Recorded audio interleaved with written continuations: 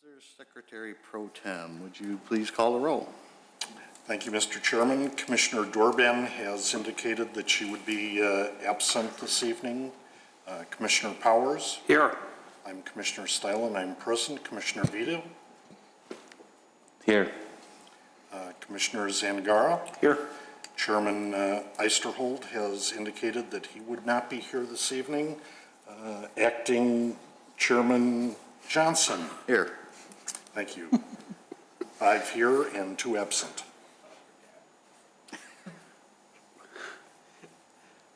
Citizen concerns and comments. If anybody in the audience has anything to bring up to this commission on matters not part of the agenda, this would be the time to do it. I see none.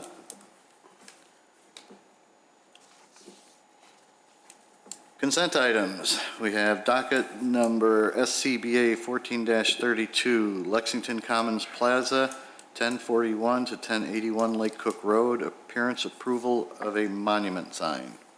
Mr. Chairman, I'd like to make the recommendation and a comment as well. Go ahead. In the past, we have asked petitioners who are constructing monument signs to create some additional blank panels such that if a tenant moves out, that they can pull out the named tenant and substitute in a blank panel. I would ask that we remind the petitioner of that particular activity, and a motion to approve. I'll second. Okay, we have a motion by Commissioner Stylen, seconded by Commissioner Powers. Mr. Secretary. Commissioner Powers? Yes. Commissioner Stylen votes yes. Commissioner Vito? Yes.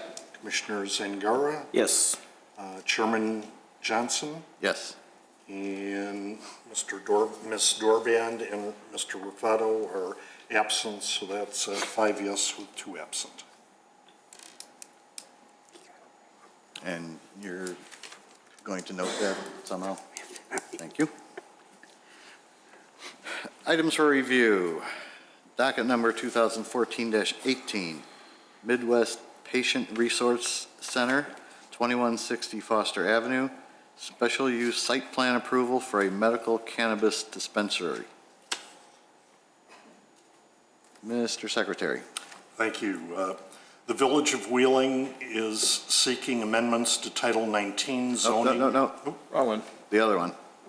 oh, sorry about that. Midwest Patient Resource Center, LLC, contract leasee, is seeking special use and site plan approval as required under Title 19 zoning of the Wheeling Municipal Code, Chapters 19-07 Industrial Districts, Chapters 19-10 Use Regulations, Chapter 19-12 Site Plan Approval Requirements, and associated sections in order to establish a medical cannabis dispensary at 2160 Foster Avenue, which is zoned I-1 Light Industrial and Office District and I-3 General Industrial District.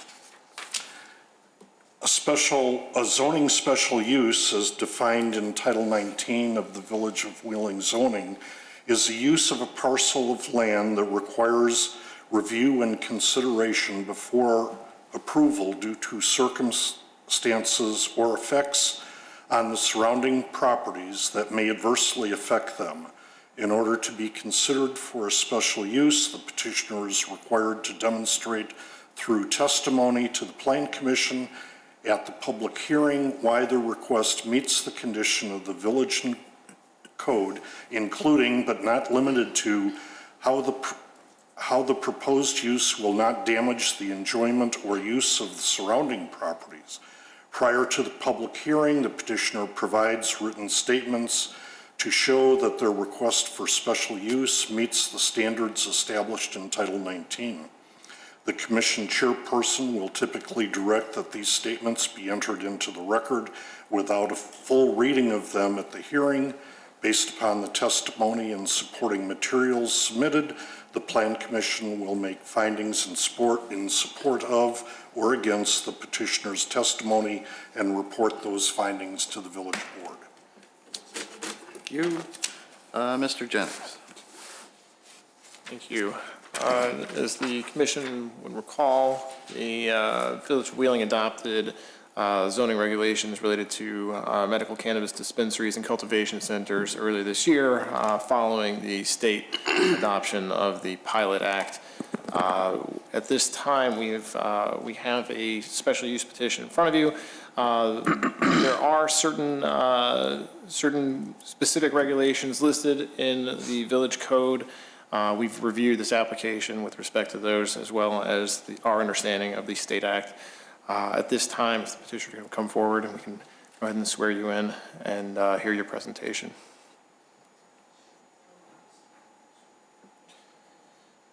Just one other quick note before you get started. We did receive a question from the commission relative to the overall big picture in terms of the Plan Commission's review of this. We have received other applications for similar special uses. And just for the record and for the Plan Commission's knowledge, the State of Illinois Pilot Act provides for a maximum of one license in Wheeling and Main townships. If the Village of Wheeling were to recommend or to approve ultimately 3 special uses, which is what we've received in terms of applications thus far, the state would still be the licensing body and would only approve one of those 3 should all 3 be approved. And perhaps none if... Perhaps 0. If there's another applicant in another portion of Wheeling Township or Main Township who scores higher on their application review. Okay. Please give your name and business address to our secretary. I don't know if you want to do that first. You want to speak on the topic? I don't know. We'll actually do it after the... Okay. We do this after.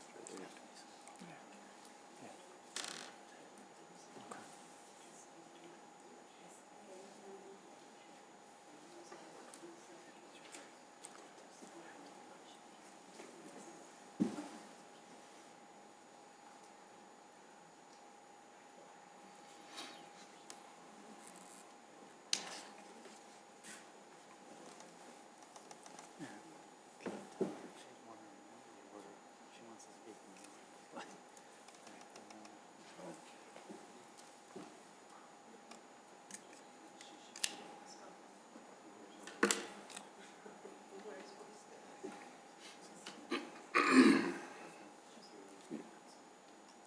Ms. Tarka, you can be seated for now. They're going to do their presentation, and then we'll... No, you don't need... Well, not yet. That's okay. Okay, got everybody's name? Everybody raise your right hand. You swear that the information you're going to give us tonight is the truth? I do. Yes. Thank you. The floor is yours. Thank you very much and good evening. My name is Jim Griffin. I'm the attorney for the applicant. I'm with the firm of Shane Banks, 70 West Madison, Suite 5300, Chicago. The applicant is Midwest Patient Resource Center, LLC. With me is Janet Samick. She's the founder and managing partner of the company. Also, Beata Kuchoba with BK Architects, and Ken Boudreau with Embassy Security. A subject property is located at 2160 Foster Avenue. It's in the I-1 and I-3 zoning district, and we're requesting a special use for a medical cannabis dispensary. As Mr. Jennings pointed out, all of the applicants in Wheeling and in every other community in Illinois all have to apply also for the state in order to receive a license to actually operate either a dispensary or cultivation center. The state received many more applications than they have to give out under the state law. So it may be that communities such as Wheeling will not, even if approved, will not get any of the medical cannabis uses. But in order to be approved by the state, you do need local zoning approval, and that's why we're here. So first step is to get your local zoning approval. Second step is to hope you win the state license. This is for a dispensary. That is the place where the patients who have been certified by a physician to have certain debilitating conditions that qualify the patient to receive cannabis can go and purchase the product. Cultivation centers are where the cannabis will be grown, and then that is sold to the dispensaries. It's a closed loop system. The dispensaries can only purchase their cannabis from the cultivation centers approved by the state. For this dispensary, we expect it will create 8 to 10 new jobs. Additionally, there will be improvements made to the property that is at issue, and I'll get into those later. Let me introduce a little bit. Midwest Patient Resource Center is operated by talented, successful, experienced business people with particular expertise in the healthcare and pharmaceutical industry. In addition to that expertise, Midwest has teamed with Embassy Security, which is a security consultant team. Embassy Security is a veteran-owned, licensed security company. It's been in business for 19 years, staffed by senior active and retired law enforcement and military personnel. The staff has experience in providing security for U.S. General Army officers in the Middle East, for the U.S. Olympics, and closer to home for the Bulls and Blackhawks at the United Center. So it's a very experienced team that Midwest has put together with an emphasis on security because we know that's going to be important to the community. Site is located on the west side of Foster Avenue. It's in an industrial office area. Surrounding properties are light industrial and general business. There's a creek and wooded area west of the property which provides a complete buffer from the residential uses that are in Prospect Heights.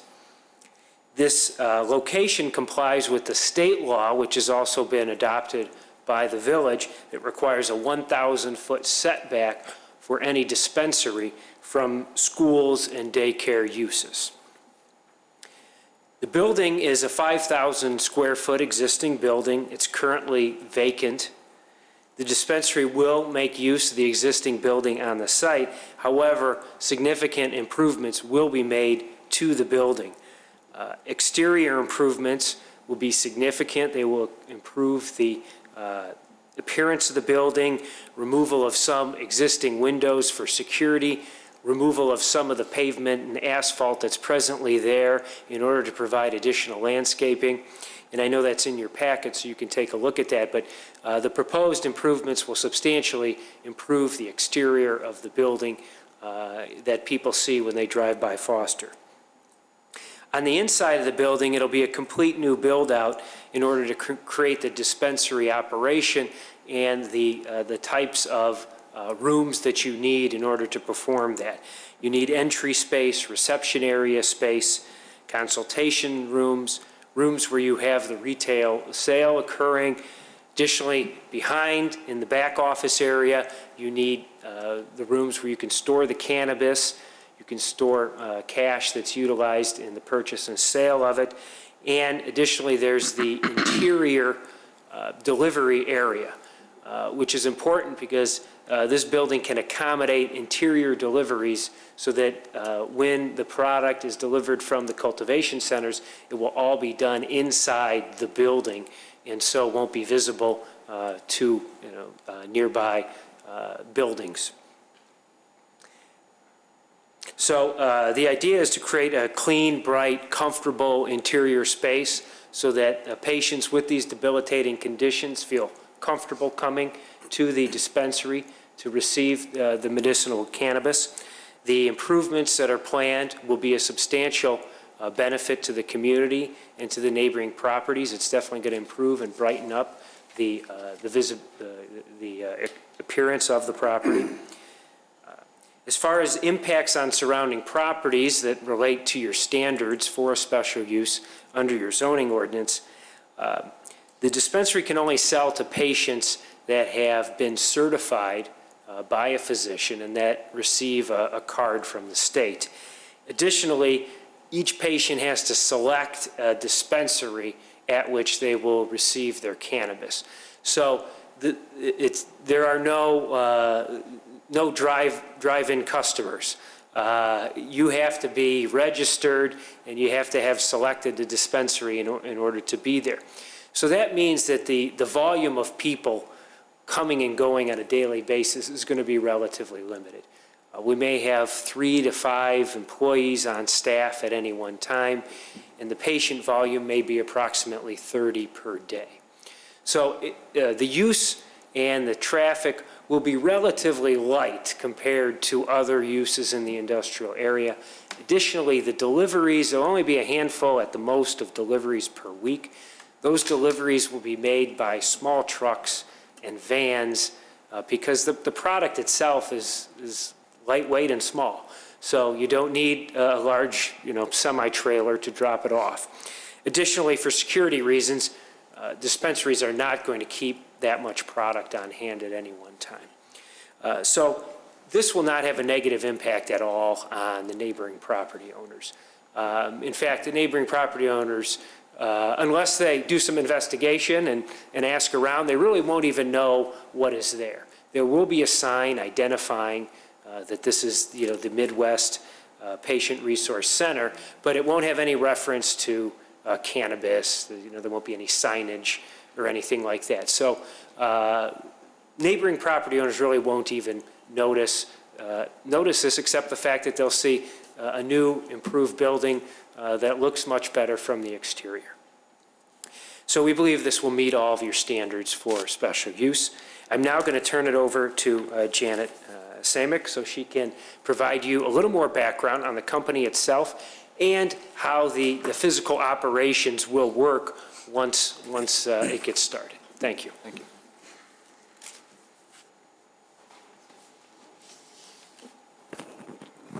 My name is Janet Samick, and I'm the Managing Member and Chief Operating Officer of Midwest Patient Resource Center. I am also a breast cancer survivor.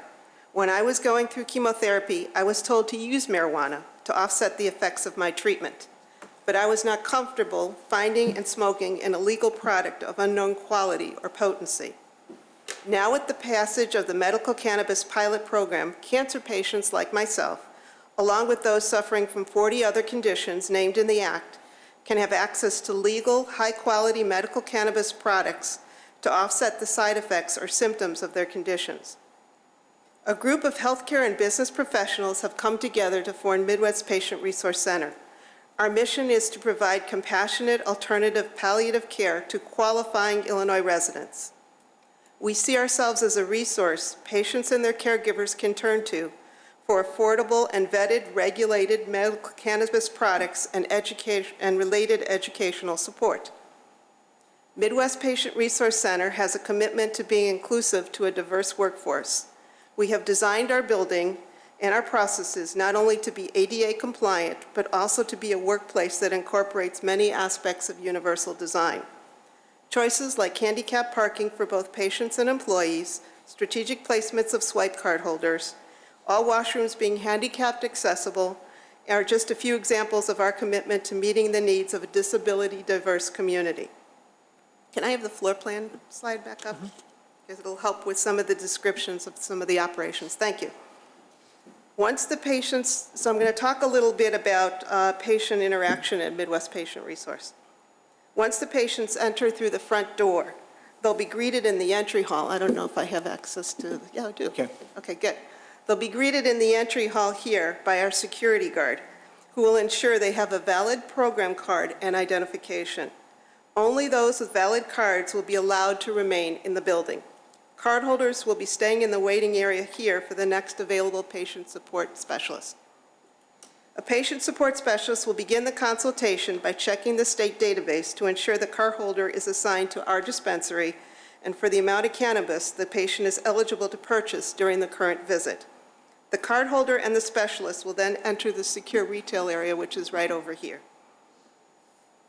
Medical cannabis comes in many forms and formulations. At our dispensary, we will focus on strains that, through research and anecdotally, have been shown to counter the effects of various qualifying conditions and the side effects of the medications prescribed to treat these conditions.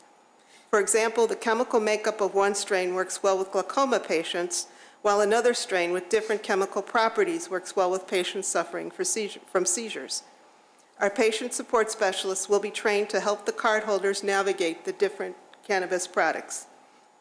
If a patient would like to speak privately to a specialist, there's a consultation room in the area over here that will allow them privacy. It is our intention to provide access to smokable cannabis products and various types of extracts. We will also stock edibles, baked goods, lozenges, tinctures, and other products that may be ingested. Since by law, we are only able to sell cannabis products produced by Illinois cultivation centers, our inventory will be defined not only by patient demand, but the availability from in-state licensed cultivators. All cannabis products will arrive prepackaged from the cultivation sites in secure tamper-evident packaging. There will be no repackaging of cannabis products on site. Aside from medical cannabis, our dispensary will sell items that facilitate its use, such as pipes, vaporizers, and other consumption devices. We will stock a selection of safe storage devices for patient family safety. All products, cannabis and non-cannabis, will only be available for sale in this restricted area, and will only be available for purchase by registered patients and caregivers. The cardholder will select the desired products for purchase at the sale counters. The transaction will be completed and the product will be placed in an opaque, nondescript bag. The patient leaves the secure retail area accompanied by the specialists and exits the facility. So when they're done, they just come through and then come out the door. If they would like to be escorted to their vehicle, we will do so with one of our staff.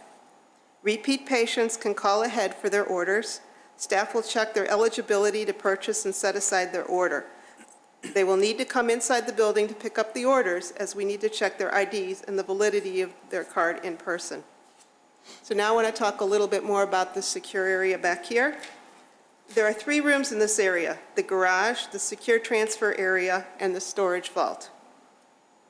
2-factor authorization, card and biometric, are required for access for the secure transfer area, which is right here between the garage and the vault, and also for the vault area.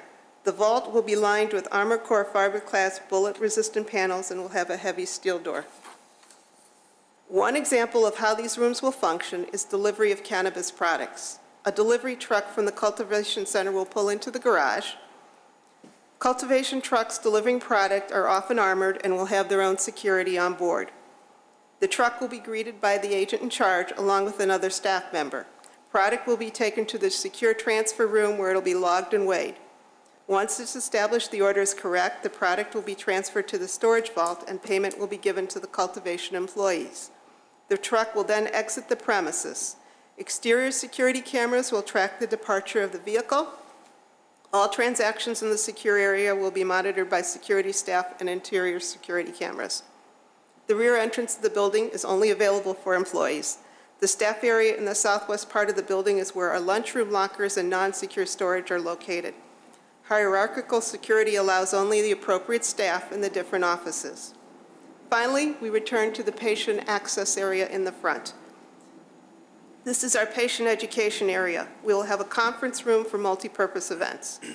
And because we believe in expanding the base of knowledge on medical cannabis, we have set aside a room in the patient education area where patients can voluntarily participate in quality of life surveys and have the opportunity to have conversations with clinical trial coordinators or patient educators. With the exception of what is required on the sales floor during business hours, all inventory and cash will reside in the secure storage vault. At the beginning of the business day, a predetermined amount of cash and product will be brought out of the secure storage vault and assigned to each retail station. At the end of the day, all cash and remaining product will be reconciled and brought back to the secure vault. We will not have any cash or cannabis products outside of the secure vault area during non-business hours. As Jim said, we have partnered with Embassy Security Group to design our security plan and to provide security personnel. Embassy Security is a licensed and insured security company that's been in business for many years. Their clients range from small local businesses like ours to large international venues. We have had and will continue to have conversations with Chief Benson, Chief McIsaac, and their staff, and the village staff as well, to ensure that our safety and security plans meet code and incorporate their department's feedback. Currently, dispensaries are a cash-dominant business. While we are hopeful things will change prior to our opening, we are developing procedures to deal with that reality. We are exploring technologies like cashless kiosks, which rely on cardholders' debit cards for payments. We will cap the amount of cash on premise, and we are still in conversations with several financial institutions about supporting our cannabis business. Our initial hours of operations are scheduled to be 10 a.m. to 7 p.m. Tuesday through Saturday, and noon to 5 on Sunday. If demand warrants, we may increase our hours. State law limits dispensary operations from 6 a.m. to 8 p.m. During business hours, Midwest Patient Resource Center will have anywhere from 3 to 5 staff members on site. Roles include agent in charge, patient support specialist, and security. Staffing will be modeled on patient demand and security needs. And that's all I have for now. Thank you. Questions?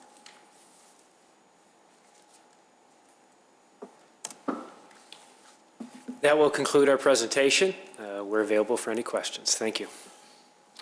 Okay, this is a public hearing, and we have at least one person in the audience that would like to speak on this issue. So, Ms. Tarka?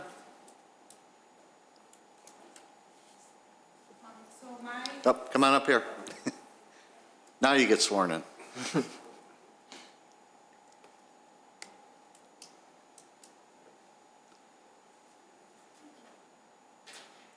Raise your right hand. Do you swear the information you're about to give is the truth?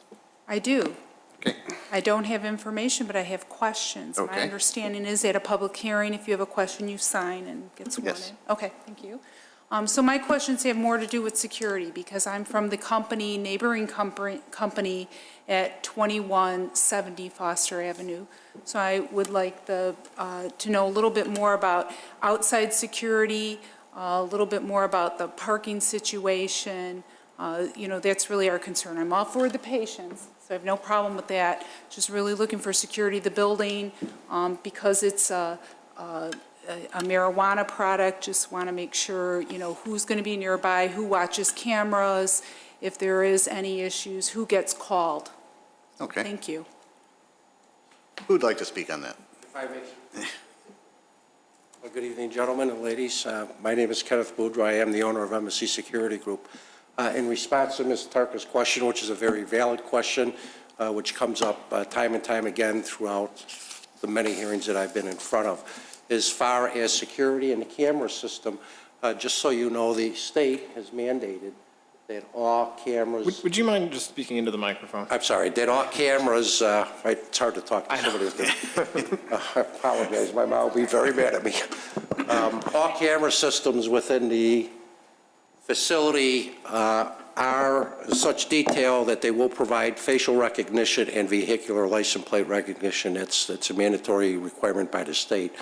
In addition to that, the cameras will be monitored on site by the security officers, and also the Illinois State Police will be able to remote in at any time they feel, 24 hours a day. And at that time, we also extended that offer to the Chief of Police of Wheeling so that they could also monitor it as well. One of the things that we developed inside our security plan, the plan is 230 pages.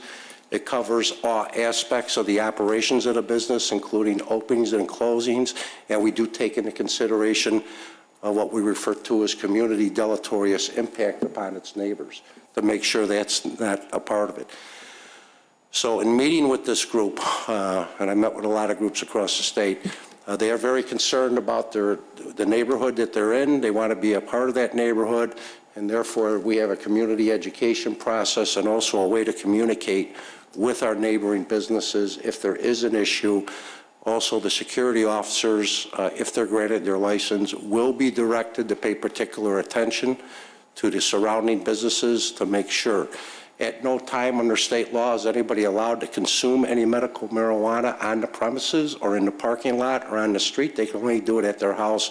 So we're going to be making sure that there's nobody out there loitering.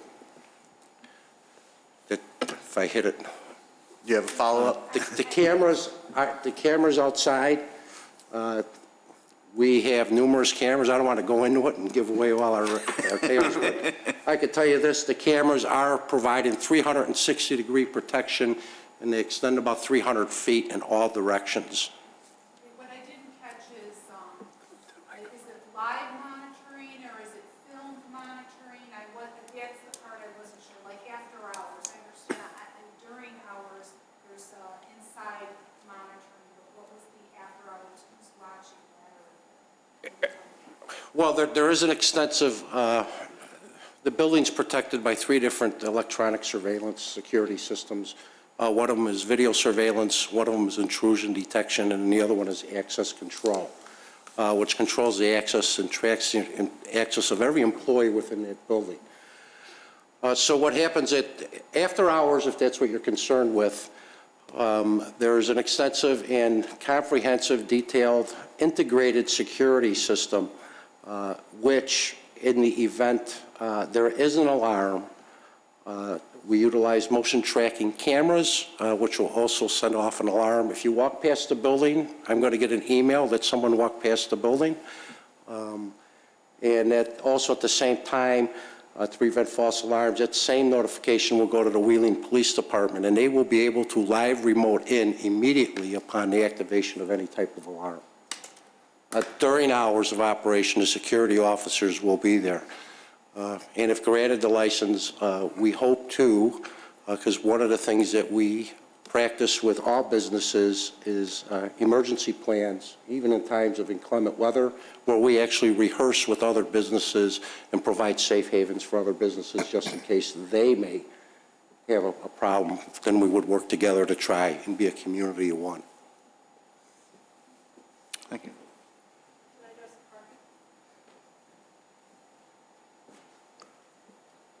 And I just wanted to address the parking issue. Are you just north of us, or are you just south of us? Which way is 2170? Which business is it?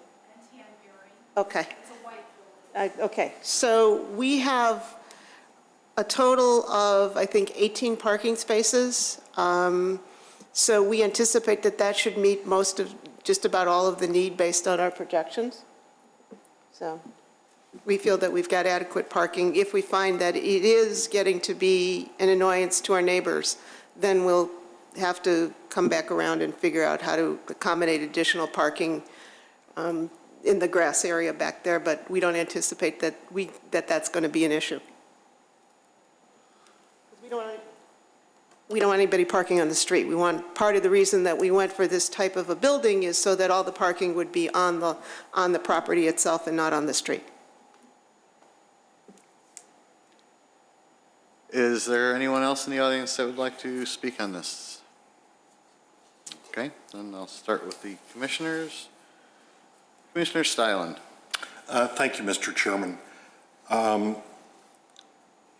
Your consumption goods, paraphernalia, whatever, though that is only going to be available to be sold to the card holder that enters.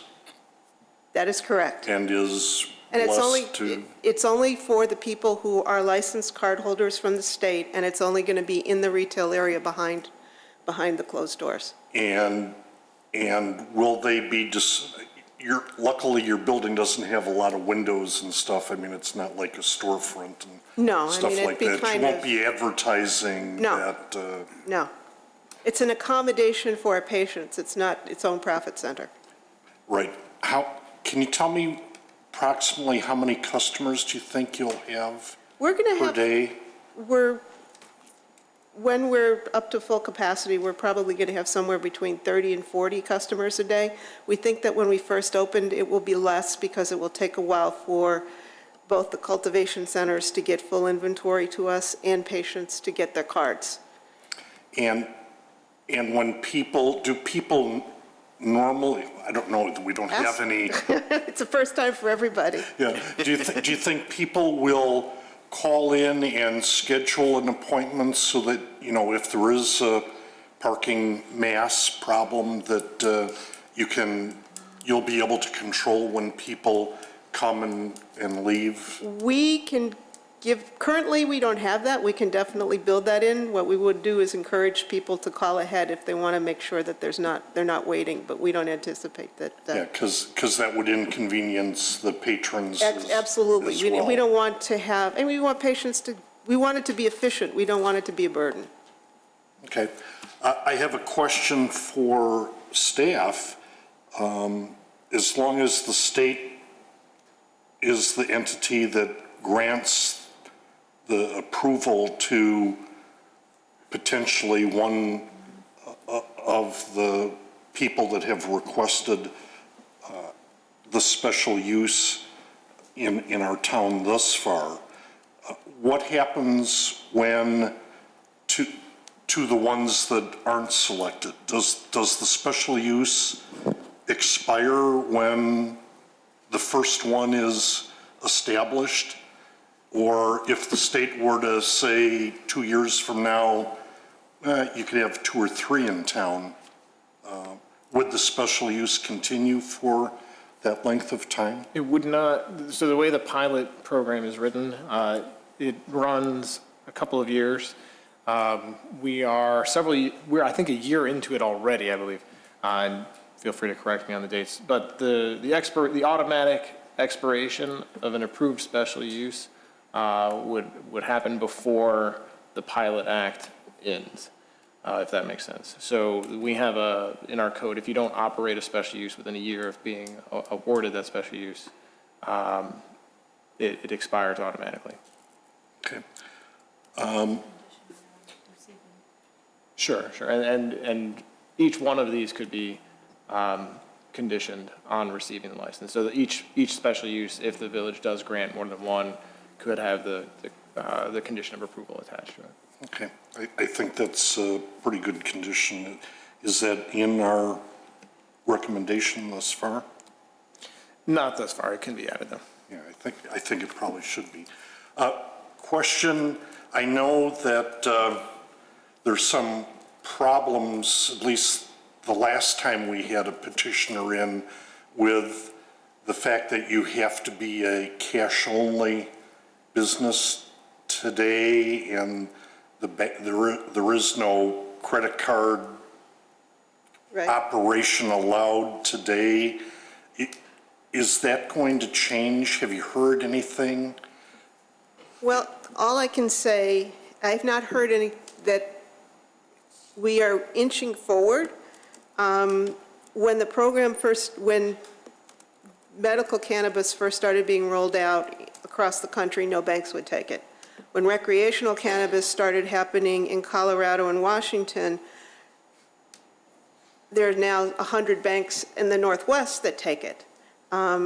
We haven't found a financial institution yet that's comfortable, although we're getting closer with some, but I don't want to say who those are because I don't want to jeopardize the conversation. The federal government has signaled that if there are very accurate and detailed audit trails, that they are more comfortable with with banks taking money from medical cannabis dispensaries, but the banks are still doing the calculations on their side for the risks involved and the work involved. Yeah, I guess my big concern, because it is a cash-based Right. entity today, that security now becomes a lot more prevalent, right? Because you're going to have customers coming in with cash. If you can tell me, what is a typical transaction dollar amount? It depends on how much they want to buy. So right now, the state says if they bought they could every 2 weeks buy 2.5 ounces. We're hearing that an ounce can run anywhere from $300 to $400. So they could be coming in with a fair amount of money. That's why we're looking at cashless kiosks. We're also looking at other technologies that are being developed that hopefully by the spring will at least offset some of the risk of us having cash on premise for the day and the clients traveling to it, the patients traveling to us with cash. Oh, They interesting. may also choose not to buy the full amount, especially in the beginning. Yeah, so, but I mean, customers are going to be coming in with They have the potential of coming in. cash in their pocket, and then they're going to believe. Yes, and we're going to, again, we'll escort them back and forth from the car, but then there's no,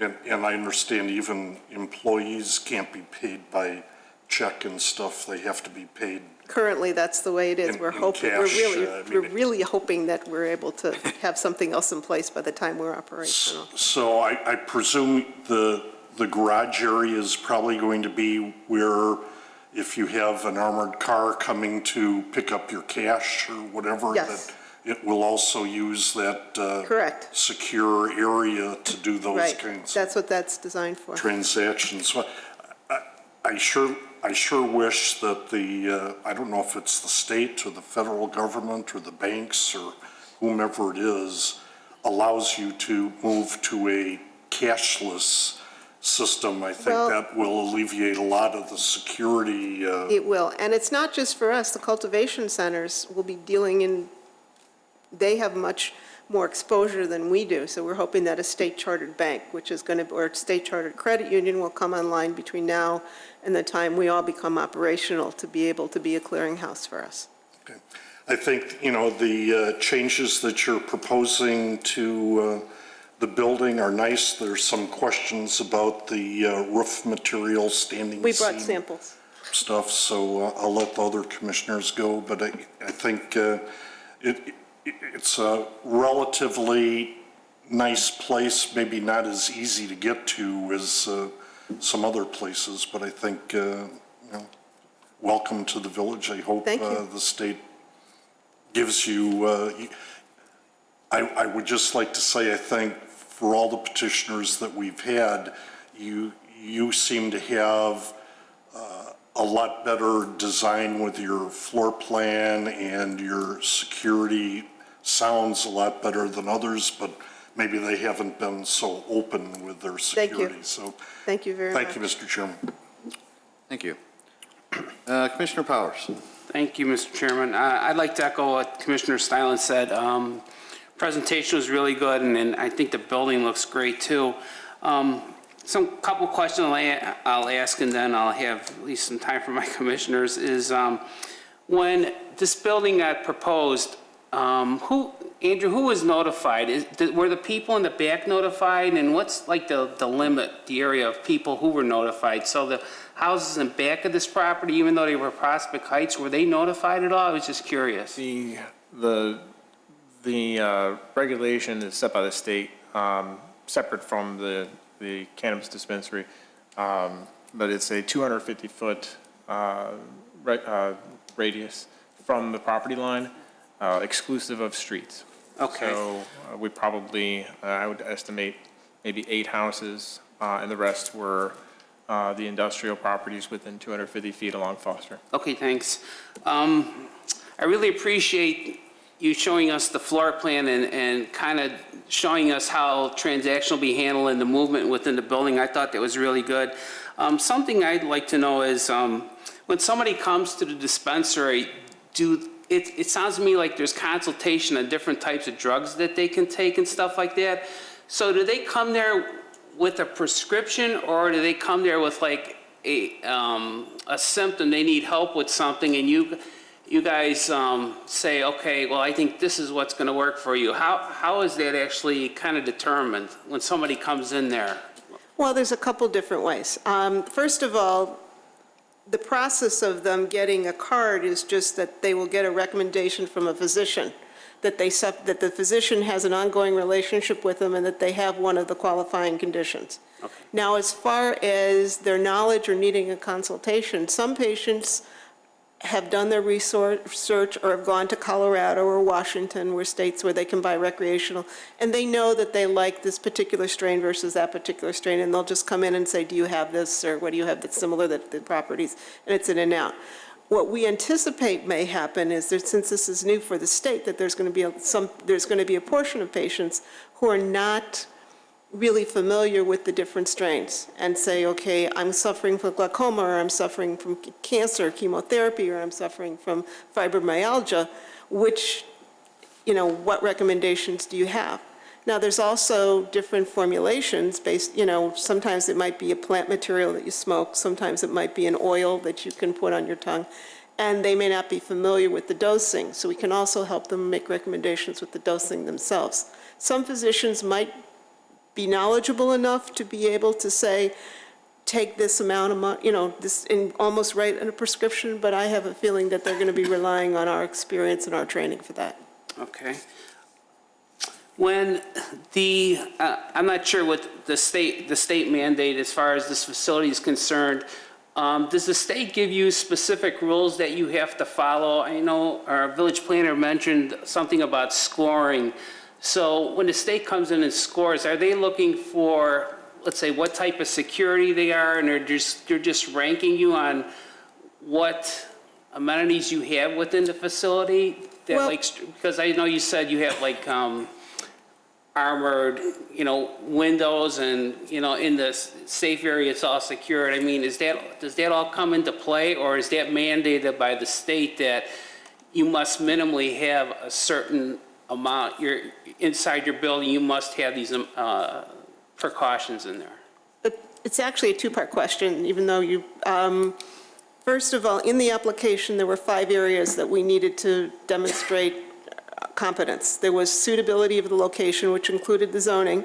There was our business plan, and experience of those who are involved. There was the security plan, there was financial modeling, and then there was a record keeping and SOPs for inventory. So that's what we're being scored on. As far as what the state says you can and cannot do, part of the act does have certain things about security and location. Part of it is just what we feel would be good operating procedure, and especially security. With Ken's background, we were working with him to come up with a plan that worked. Okay, the parcel property, the 2170, is that are you on the north side or the south side of that? Of 2170? Yeah. I think we figured out that I'm north of there. You're NTN, right? Okay, I think we figured out that I'm just north of there. Okay, I noticed on the site plan, there was I guess right now, I think there's a driveway on both sides of the building, and you're removing the one on the north side of the building. You're taking that all out. You're putting in some landscaping and then a grass area. Well, what we're doing is we don't want, right now, there's the grass area, there's the grass area. We're not taking, the driveway that you really see is our neighbor's driveway to the north. So what we're doing is to discourage people from coming that, on our property line, we're going to have grass. And we're also going to have a chain on our parking lot, so that people don't cut through, because we're trying to minimize the impact on the neighbors right to the north of us that we share that easement with. Okay, and then on the south side of the property, where... Is the regular driveway. Okay, and is there any kind of access from, let's say, her property into yours, like any kind of like a cross-access driveway, or is that like a solid driveway that there's nobody, like if somebody came next door to cross into your property? Like I believe there's grass here. I mean, I can go back and take a look, because I don't have it, I don't know if maybe that front photograph has it, but I believe that's... I was just wondering, in order to get it to the rear of the property, if there were any cross-access agreements. No, I think you have to, see, there's grass here. This is her building, this is NTN over here, so you have to, unless they're driving over the grass, you have to come in to go along the side here, the south side, to get to the back. Okay. Okay. Andrew, in the report, there's a mention of a Knox box. What is a Knox box? Do you know? It's a key box for the fire department, so they have emergency access in the event that they need to get in. Okay. And is the building going to need to be sprinkled? I believe this one may be. Do you know offhand? We're going to need to talk to fire about that, because we're right on the border of that. When they gave you the report, fire gave the report, they said we have to look at the special use occupancy. I mean, they have to look at the occupancy load with the change. And they didn't commit one way or the other. It is not currently sprinkled, though. It is The not currently The question sprinkled. then is, Okay. does the But they change in didn't, occupancy? they didn't say that they didn't mandate that it would be sprinkled either. They said that they need to look at that to see where the occupancy load falls. Okay, If there's not an increase in the occupancy load, then we might be able to be non-sprinkled. okay. Last question I have for now is that you did state what your hours were, and I saw that the state said you can be open from 6 a.m. to 8 p.m. I guess this question is for staff. When we've had questions about this before, and would the petitioner have to come back to us for expanded hours if they decide they want to go that way? If things are going well, they want to expand their hours, would they have to come back to us? Most of our special use ordinances will reference the petitioner's description of their business. So if their description of their business is limited to 6 p.m. specifically, then yes, we would probably interpret that as requiring a review to increase their hours. Okay, so that's just kind of for your reference. If you guys decide you want to expand your hours, you're probably going to have to come back to us to do that. The other option for that would be to write a condition of approval that allows the expansion of the hours. Yeah, and I To would the think, maximum state hours. yeah, I think that's probably what we would do. I have nothing else right now, but good job. Commissioner Zangara. Thank you. I actually just have a couple little questions regarding the site plan. And the first question would be the location of the trash enclosure. Would there be a recommendation, what I would recommend would be, you got the parking spaces 1 through 11. Can spaces 1 and 2 be moved where the trash enclosure is, and the trash enclosure be moved to the other side? And the reason for I'm thinking is you have a trash garbage truck coming back there. It's a lot of backing up since we have poles and chains now. They have to go one way in and then back all the way out. So that's a recommendation, just. And secondly, the poles with chains, are those chains removable? Is it poles and chains, is it because of fire department? Is that why, so the fire department could use that? It's what we came up with to try to strike a balance between the fire department being able to use that and discouraging our patients from going on the neighbor's easement.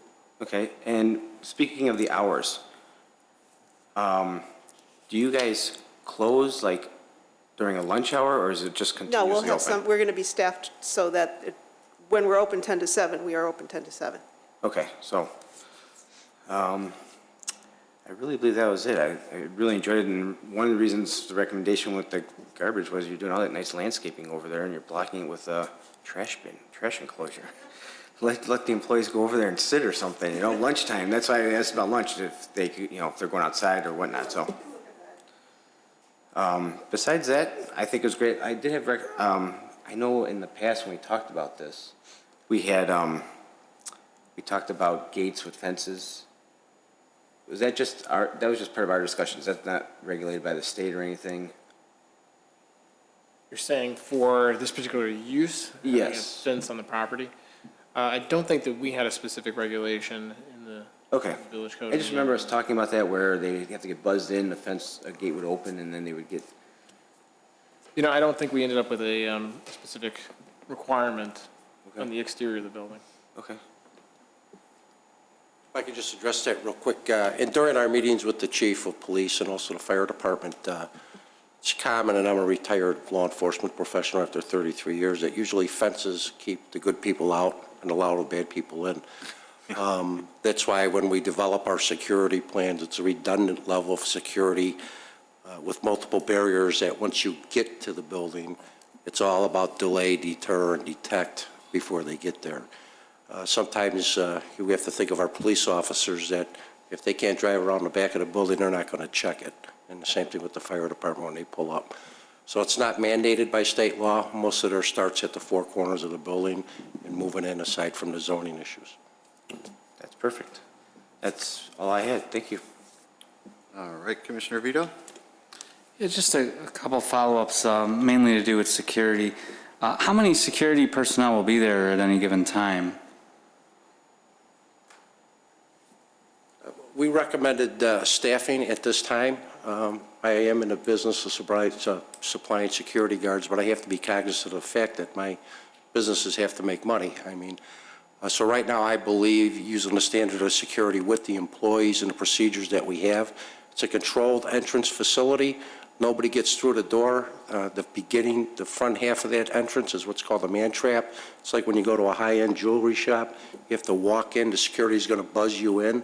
So if you go to this facility with 5 people, the only one that's going to get into the building is the one that has the state card issued by the state of Illinois. So I believe only one at this time is necessary. And then during times of deliveries, we do what's called an employee shift to make sure that we're protected. And as far as deliveries, just so you know, the state has mandated they cannot be routine. They can't be at the same time every day. They can't even be on the same week. They have to be staggered. And with respect to the dispensaries, they're not even going to know when their shipment is coming. They'll be given a 4-hour or 6-hour window. And then when the truck gets there, and that's to keep counter surveillance from criminals. Obviously saying, you know, I know the armored car comes to the bank every day at 9 o'clock, but just one at this time. Okay. And how much product is actually anticipated to be at the location at, say, its peak inventory time? It's hard to say because it's going to be purely driven by patient demand. So. Okay. There's no limitation on the amount, or? There's no limitation, but it's going to be a balance between, because we don't want to be sitting on a lot of inventory, so once we know what our patient flow is and what they're, because part of it is we may find that our patients may want to have more edibles, or our patients may want to have more products. So rather than saying it's going to be X, Y, Z, we're just going to kind of model it based on what the patients want. And with the edibles, how does it work with the legal maximum amount being 2.5 ounces, like you said? I mean, if you have 2.5 ounces of a brownie, it's not the same as exactly. So I mean, you could have a lot more brownies with 2.5 ounces of raw marijuana. I mean, how does that all work? I don't have an answer for that right now. Because the state will give us, I mean, you know, when the cultivators package the product, they're going to say it contains X amount of, you know, the equivalent of X amount. But I don't know whether that, you know, we haven't gotten guidance yet from the state as far as whether we add up all the different amount that's in a baked good to say, okay, that adds up to 2.5 ounces. This is still part, we need to get, the state hasn't given us all the fine tuning on some of this yet. So there's zero alteration of the product at your Correct. place. It's Correct. already manufactured, whatever form it's in. Whatever it comes in, because it comes in with a cultivation seal on it in Tampa, Everett. We put our seal on top of that. And if there has been any alteration in the cultivation seal before it goes out the door, we are at risk of losing our license, which for all the work that we've put into it, it's not worth it for us. And back to the security issues, how does cash get off the premises? And how often does it get off the premises? Well, it'll probably get off the premises every day. How it gets off the premises is we're going to probably employ or hire some sort of delivery vehicle to get it off, correct? Yes, and if I could, I'll discuss that privately with the commission, if that's allowed. No offense to anybody here, but I mean, we have set thresholds, just when and I won't go into it, but anytime the amount of cash, just like we have cash registers at 7-Eleven, when the cash register gets so much money in it, it goes into the safe. When we get so much money on the property, it then will be removed from the property. In follow-up to one of your questions before, I know from some of my other clients, the banking industry is warming up. I know of 2 banks now in Illinois that are at least giving commitments to their clients, although not publicly, and have a non-disclosure agreement, so I can't say who they are. But I believe that that's going to become less and less of a problem, because it's not that the money's illegal, it's the currency transaction reporting requirements that are scaring the banks. That's the only question, is they don't want to get fined for not reporting the revenues correctly. okay.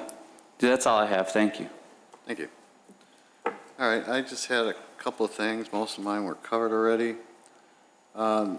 The edible products. Yes. Those are all manufactured at the cultivation centers? Correct. The lollipops and All of the edible lozenges? products will be manufactured in-state at the cultivation centers. That's the way the code has been written. So they're also going to be a candy manufacturer. They're going to be, And they're going to have, baker. they're wearing multiple hats, yes. So that all comes with the same transportation? Correct. That all comes in the same transportation as the traditional cannabis products. Are any dispensaries up and running at this point? Not in the state of Illinois. None of us have gotten license. Licenses are, we think, are going to be established, are going to be given out sometime in December, but we're not sure. All right, we covered the cash thing. I have nothing else myself. Any other questions? Mr. Stylen? Yeah, just one last question that probably more for public knowledge, right? Will there be any doctors on premise that can write a prescription or whatever The way for this- me when I walk in and I have a headache and, No. or whatever? The state is very, very specific on that topic. First of all, we cannot employ a physician. We cannot have a physician on our governing board. And you have to have a relationship with a physician before they write a recommendation.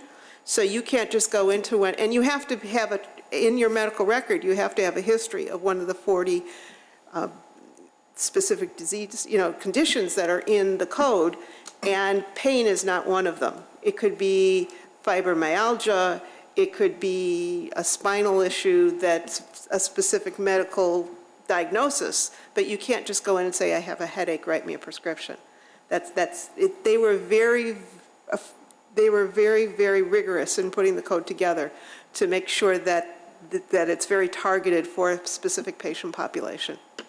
So you have to have a card before you can get even Yes. into You the have to front have the door? card, and to show you the rigor of what's involved to get a card, I think I saw something in the news earlier this week, that they had like 1,000, like they had like 6,000 or 8,000 patients who have applied, and only 1,500 have gotten all the paperwork together to be even go through the system, that the rest of them are paperwork deficient, and so far they've only handed out about 250 cards.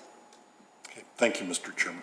So it takes more than just a recommendation by your doctor? Correct. Then you then have to do a lot more? You have to go and register with the state and get a card with the state, and also you have to be assigned to a specific dispensary.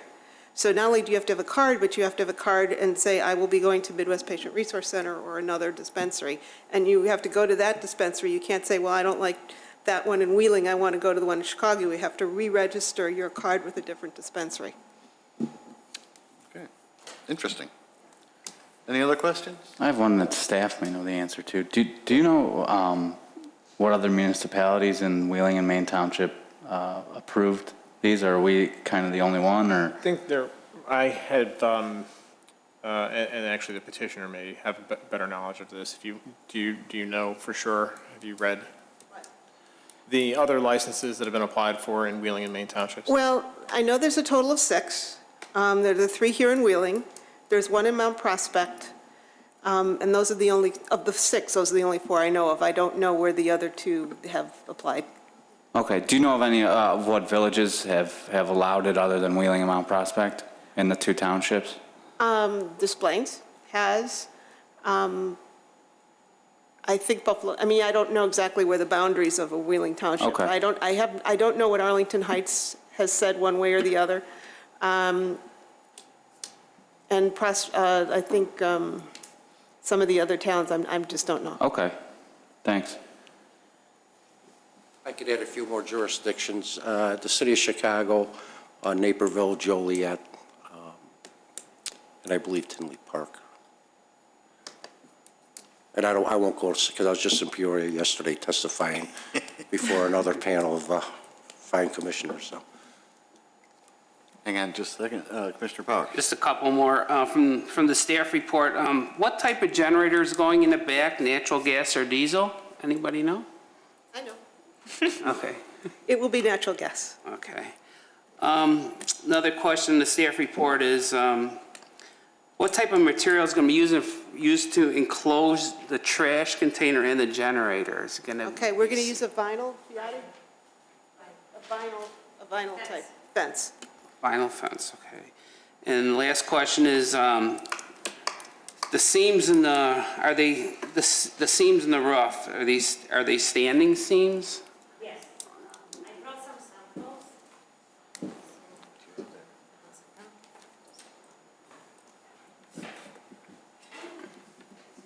Not the one you're talking Don't look at the color, just for shape.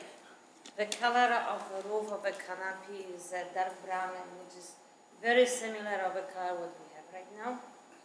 But the shape of it is this one. It's called snap-on standing seam. And we'll go with 12 inches of center. And this type of roof is just dedicated for any kind of fascia, masonry wall, roofing, or this kind of canopy. We consulted with a company which is called TechPlat, and if you want to have an idea how it will look, I just have a couple of the brochures. And if you look at the pages from 3 to 6, this is typical metal roofing. Information about the type that we'll be using is on page 9, which is the best one on the market at this moment. And with a big help of the Illinois brick company in these planes, we found exactly brick what we have right now in the building. Wow. Because we are closing, we have altogether 15 windows. We are closing 9 of them, and we'll be just using the brick, which is almost identical on the building. The fascia and the soffit on the main entrance we will use the light color of beige of the cemento stucco. If nothing else, thank you.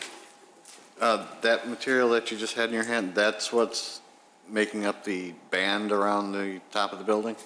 You mean this one, the stucco? Yes, it will be all when you look at the color elevation. It's all the fascia, which is the top part of the roof with a metal coating on the top. And the stucco will be used for a soffit under the canopy, which is covering the entrance. Yeah, just so the commission's aware, this picture was not in your original packet, so if you have any additional questions based on this. There's one question from the staff report from the fire department that did not come up. There's a question about the garage area and Right, emergency exiting. with the access, with I spoke to the fire inspector about that, and we're going to need to talk to him a little bit more about putting a panic, because he had a concern about the access, emergency access egress from the garage. Okay. And what we're talking about doing is having some sort of panic on the secure transfer doors, and I haven't had a chance to talk to him since my initial conversation with him, to see whether that would be an acceptable egress for that. So from a security standpoint, you believe you will be able to maintain your security and still provide some sort of panic access, whether you come out and then Well, it back would in, probably or- be through that secure access that here. This room here Okay. would probably be the way that we envision it, but we need to go back to the fire department and ask them about that, Okay. if that's acceptable or not, or do we need to put a door over here? You may, you're just looking at, you may, and again, you can work on this with the fire department, you may be able to come out, because this door can't swing this way. You may have to come out or and go around.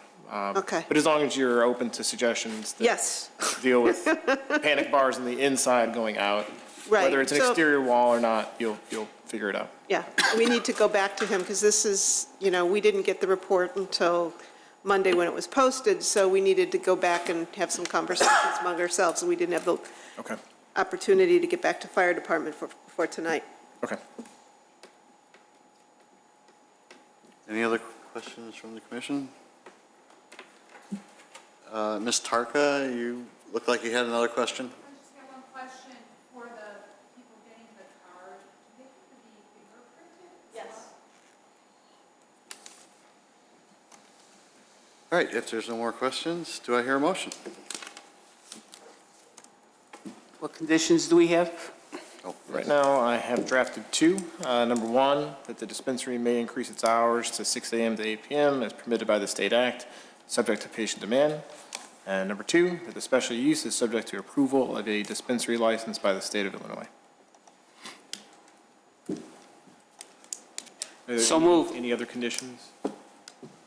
Second. I heard. Okay, we have a motion from Commissioner Powers, second by Commissioner Vito. Mr. Secretary. Commissioner Powers? Yes. Commissioner Vito? Yes. And Commissioner Stylin, I vote yes. Commissioner Zangara? Yes. Acting Chairman Johnson? Yes. 5 yes and 2 absent. And we need a motion to close.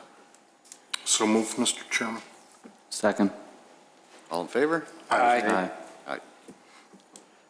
There'll be some paperwork to be signed. And thank you for a very well thought out presentation.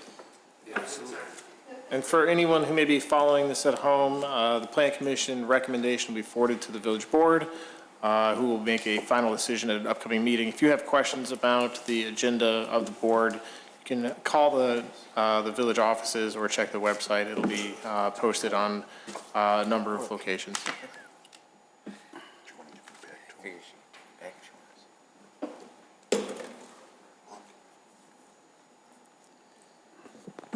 Chairman, did you want me to stay to answer any questions privately? Did anybody want any, I don't think we need those kind of details. Thank you for the offer. End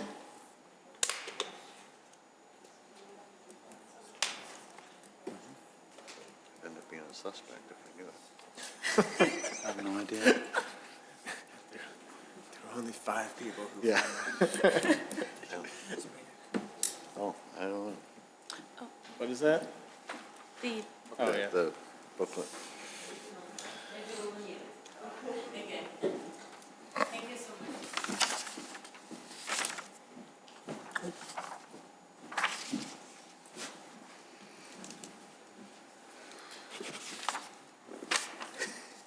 You had to walk extra tonight. Got to warm up. So for the record, 0 questions about the landscape plan? That's a first.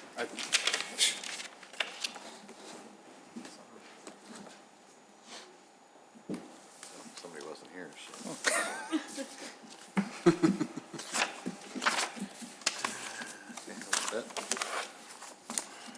We are set. All right, next up is docket number PC 14-21, Weston Outlot Building B, 761 North Milwaukee Avenue. Site plan and appearance approval of a new building. Mr. Jennings. The owner of the building, which is just north of the building that has recently been approved for the Dunkin' Donuts, the owner of the vacant lot has requested modifications to the previously approved appearance of the building, along with some minor modifications to the site plan itself. The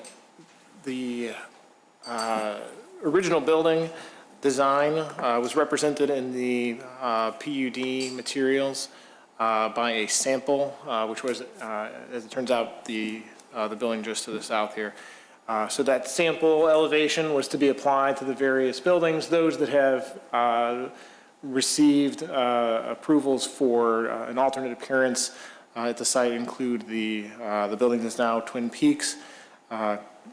Cooper's Hawk in their special use review received some minor modifications.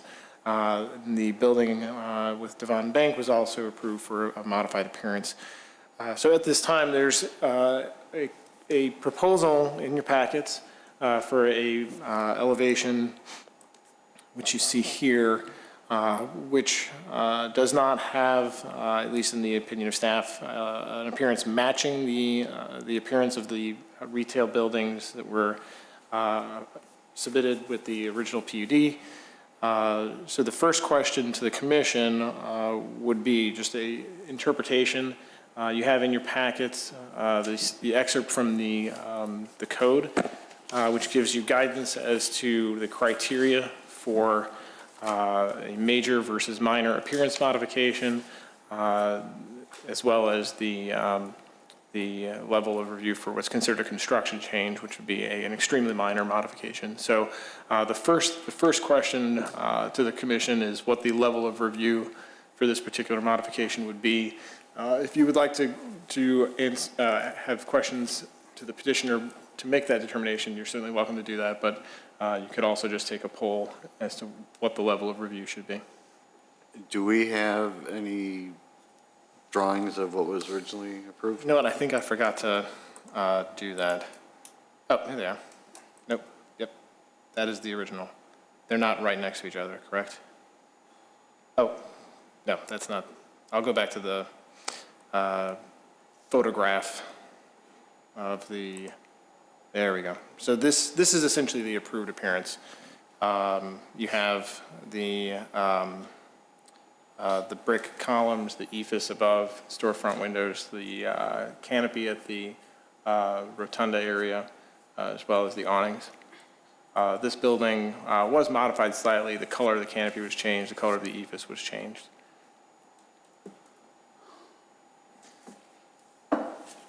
And the general shape of the building that was originally approved was just The the general shape rectangle? the general shape of the building was, if you recall from the PUD plan, the original building design was a building with a rear valet entrance. Well, most of us weren't here for the original PUD. So the rear. I think only one of us was. The rear, it had a rear valet that faced the hotel, but otherwise, the footprint was a rectangle, representative rectangle with a little bit of recess on both sides. But the footprint itself, I believe, was a 10,000 square foot with the valet in the rear. And this one is, how many This square feet? is 9,500, I believe. Okay. So, any questions before we take a poll on whether this is a major or minor? Mr. Stylen?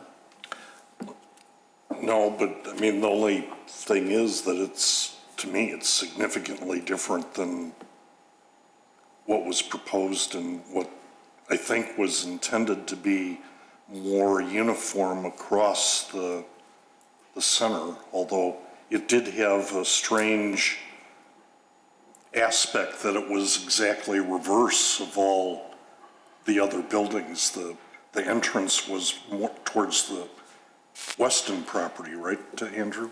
The main entrance? Yes. At least I think it was the main entrance. If I could just open this up real quick, I'll show you. The previous approval had a reverse. So the entrances for this building are primarily here. The entrances for a couple of these units are on this side, but most of the units have their entrances on this side. The original site plan has a valet area here with the entrance for this restaurant. It was a 10,000 square foot restaurant on the original PUD. That was it had a restaurant / retail, but the design certainly gave the appearance of a restaurant. It had a drop off with a valet, which gave the appearance of the covered entrance facing the hotel rather than the street. So that's my only comment, I guess. Commissioner Zangara? I did see, I think it was the packet with Subway had that original building. That's like the first time I saw it. So this building to me is significantly different. Commissioner Powers? I think the building is significantly different, as far as the way it looks, definitely. Commissioner Vito? Yeah, I think reading the code as liberally as possible to make it not, I don't see how we can't make it a major site review, site modification. I think it's unanimous that it's enough of a difference that, Okay, so as a major review, the Plan Commission's role in this will be to, and you can come forward, the Plan Commission's role in this will be to discuss the design of the building and the minor changes to the site as well, and make a recommendation to the village board as to whether or not these modifications should be approved. So the Plan Commission's role will be as a recommending body on this. There will be a final decision required by the village board following this meeting. Okay. With that, please introduce yourself and get started. I'm sorry? With that, you can introduce yourself and get Okay, started. great. I'm Jerry Gagliardo, and I'm with HKM Architects, the original architect of the original site. The original site we had designs for the existing gateway buildings. Those were intended to be similar. However, the other buildings on site, we have the existing exhibit that was given for the PUD, and there was some diversity between the buildings, but similar in character. That's one of the things that we were trying to go for. This site was essentially just an infill site of, like you were saying, 9,500 square feet. It's a multi-tenant retail building, and the original PUD was going to be for a 10,000 square foot restaurant.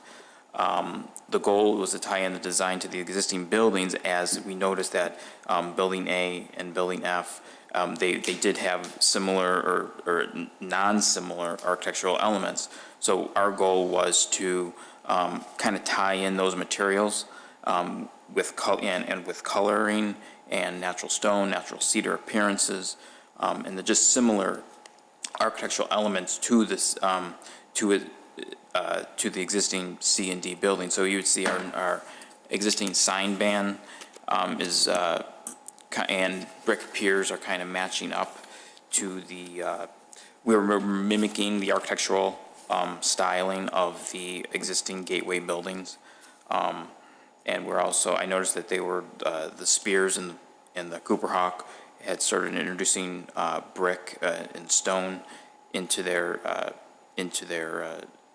facades, so we were trying to do the same. But yes, the massing is slightly different.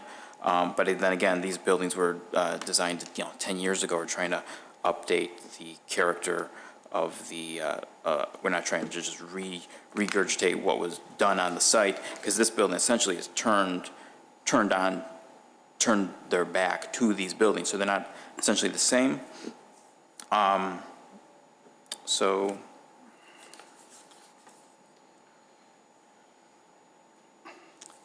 I guess that would be it. And while we have this up, the materials that you selected, can you just kind of go through Sure. What the various things are? And if you have the samples, that would be helpful too. Yeah, we do have the samples. Let me grab them.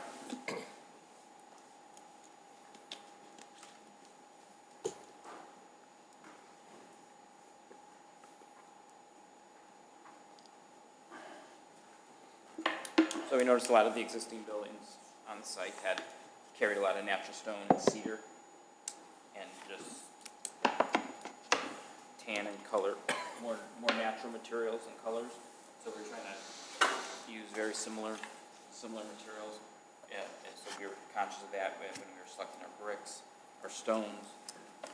And we're also introducing some cedar elements, like similar to the Twin Peaks restaurant. And our lighter sign band, instead of using EFIS as the other buildings we were using a lightweight material. This would be a fiber cement siding in similar coloring scheme as a light sign band across. And you can tell even down, the front might be very different, but if you look at the three other sides, it's essentially almost identical to the other buildings. While you have those up, the light material you said is a cement fiberboard product, and what is the cedar material?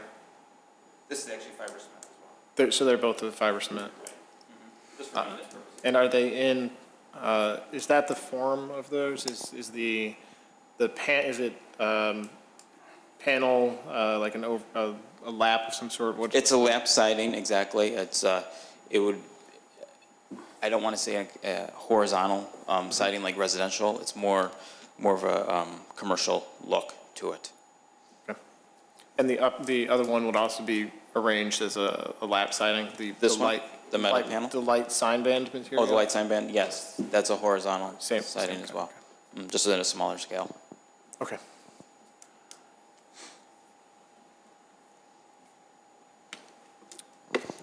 All right, where do we leave off? Commissioner Powers. Wow. I'm just really surprised how much different this looks than the other buildings, and I mean, I think it looks really nice, but I'm just not sure with it looking that way how it fits in with the other, like with the Spears building and Cooper's Hawk. This one, although it seems to be connected to, you know, a little bit away from, you know, the Spears building, it still seems to be part of it. Introduce this type, boy, I'm really not sure right now, because I mean, it looks like you have metal awnings with like struts going down, and the other ones just have like awnings coming out of the window. Well, at the C&D building, they also have the exact same canopy at the rotunda area. So where's the C&D building, Andrew? I mean, we're talking letters. I mean, is there any way you can? Yeah, building C is the Spears building. Building C is the Spears building. Okay. And the material, how is the material that's shown as far? Is that not correct? No, I was just going to jump in to explain the whole process, why the building looks the way it is versus. That would help me, I think. Okay. First and foremost, I'm Robert Avani. I represent the ownership. I'm the president of Blackline Investment Group. The reason why we decided to go with this building is 10 years ago, as you guys all may know, the buildings were all made a certain way. Now that Twin Peaks has come completely remodeled, we remodeled the building next door, we try to tie in both buildings together. We currently have a 5,000 square foot sushi restaurant that's in Glenview that is more or less jumping to take the space, but will not unless the building looks somewhat different from the Spears or the Twin Peaks. They want a little bit of uniqueness to themselves. So what we did and spent a good amount of money with this gentleman here is to try to figure out a way to bring both buildings together somewhat, but not have the same look as the building next door, because the tenant's not going to come spend $1 million just to look like the guy next door. They want some type of uniqueness, so when people drive by, they can differentiate themselves from the Spears Bourbon. They could have their own unique, independent look. So I guess that kind of explains why we went this route. In terms of a floor plan and site plan, the building looks almost exactly the same. We have a little bit different facade, some elements, but if you were to go out to the site and look at what the Twin Peaks looks like, Cooper's Hawk and ours, I mean, it really goes well with the whole thing. If you look at Devon Bank, for example, it's a completely different modern look that ties into nothing. But we spent a lot of time and effort to try to say, okay, this is Spears, this is Twin Peaks, this is another brand new development. How can we put the same elements in both buildings, bring them together, and have the building we have today as shown? Okay. Mr. Ravani, while you're up there, I have the Twin Peaks building, which is the upper left here. You also referred to the Devon Bank building, which has that stone element, and then the Cooper's Hawk building, which has, again, that stone element. Correct. All right, go ahead. So,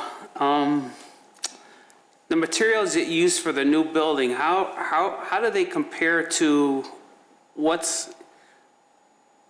how the rest of the buildings are built in the front? I mean, like stone, like cement stone on, you know, on the front of, let's say, Spears and Cooper's Hawk, but here it seems like we're moving to a different material. Is that true?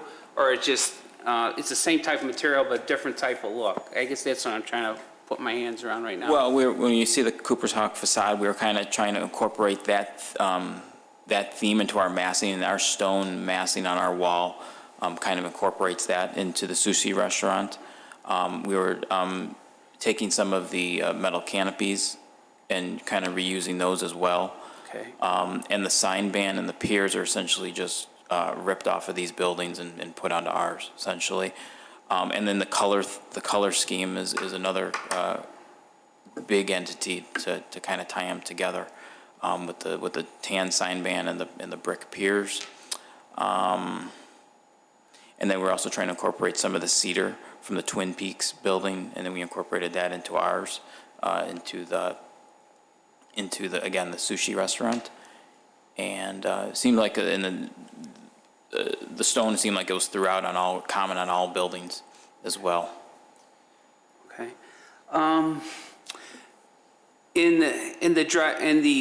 Let's see, what is it? The south side of the building, in between where the Dunkin' Donuts drive-thru is going, you have a sidewalk going along that side, right? That's There's a correct. full sidewalk there? Okay. Looks like you're doing some pretty good landscaping. I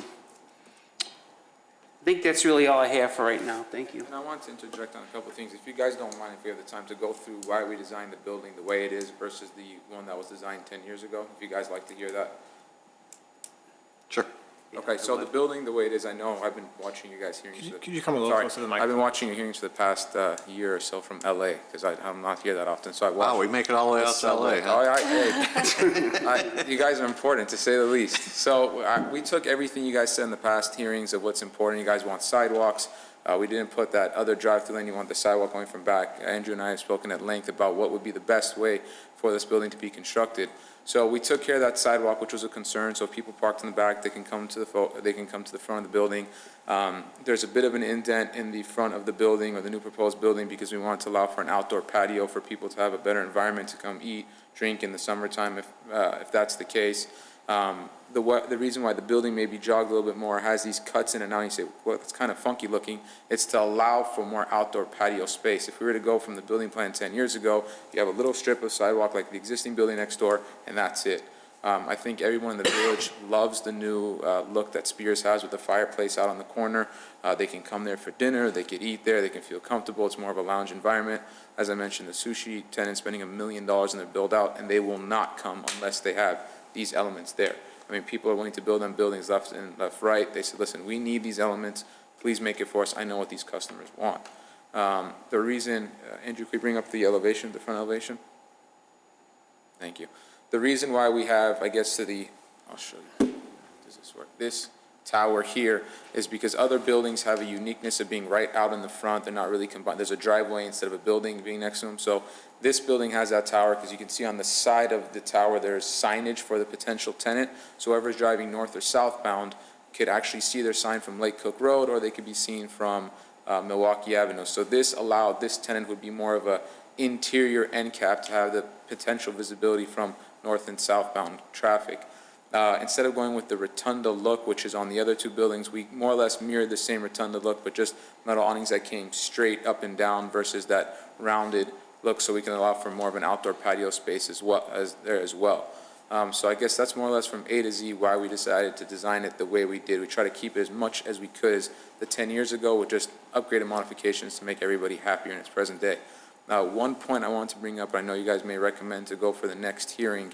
We're on a big time constraint to get this approval done, because if we don't within the next month or so, we're going to get freezing temperatures, we can't get a foundation in, and this building will never be built, or this building won't be built until summer, and the tenant will walk, and we will not have a tenant anymore.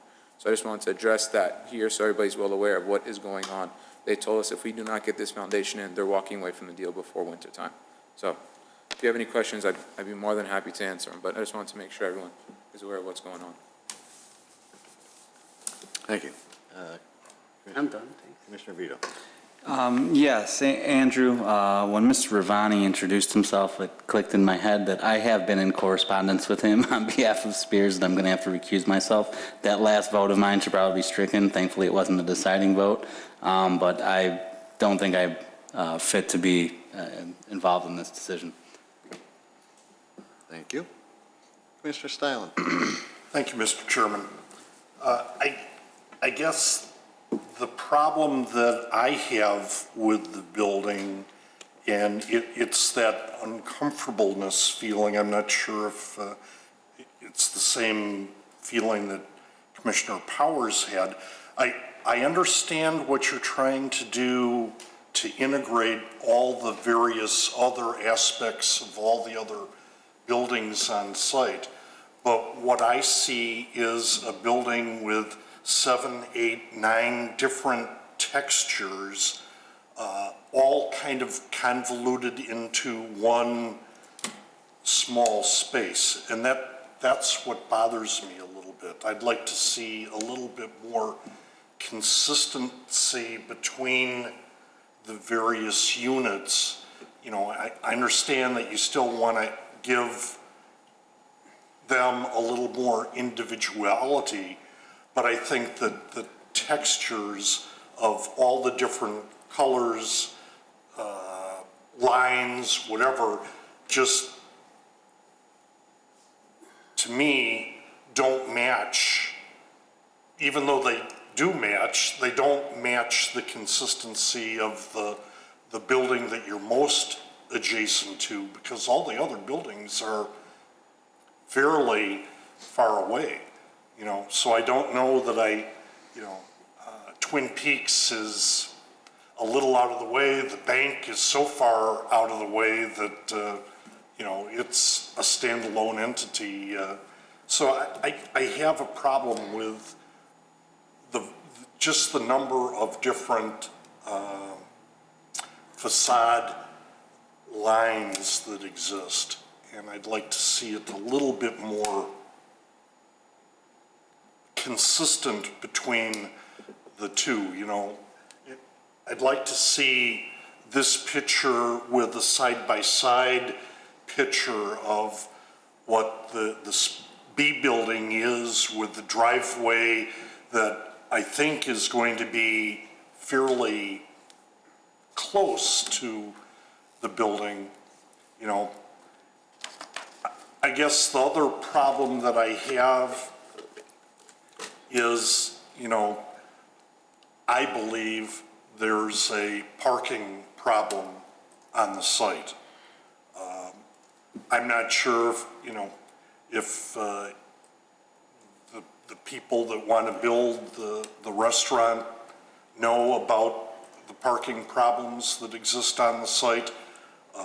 Other restaurants have started putting up reserved parking signs throughout what they perceive as their private parking area.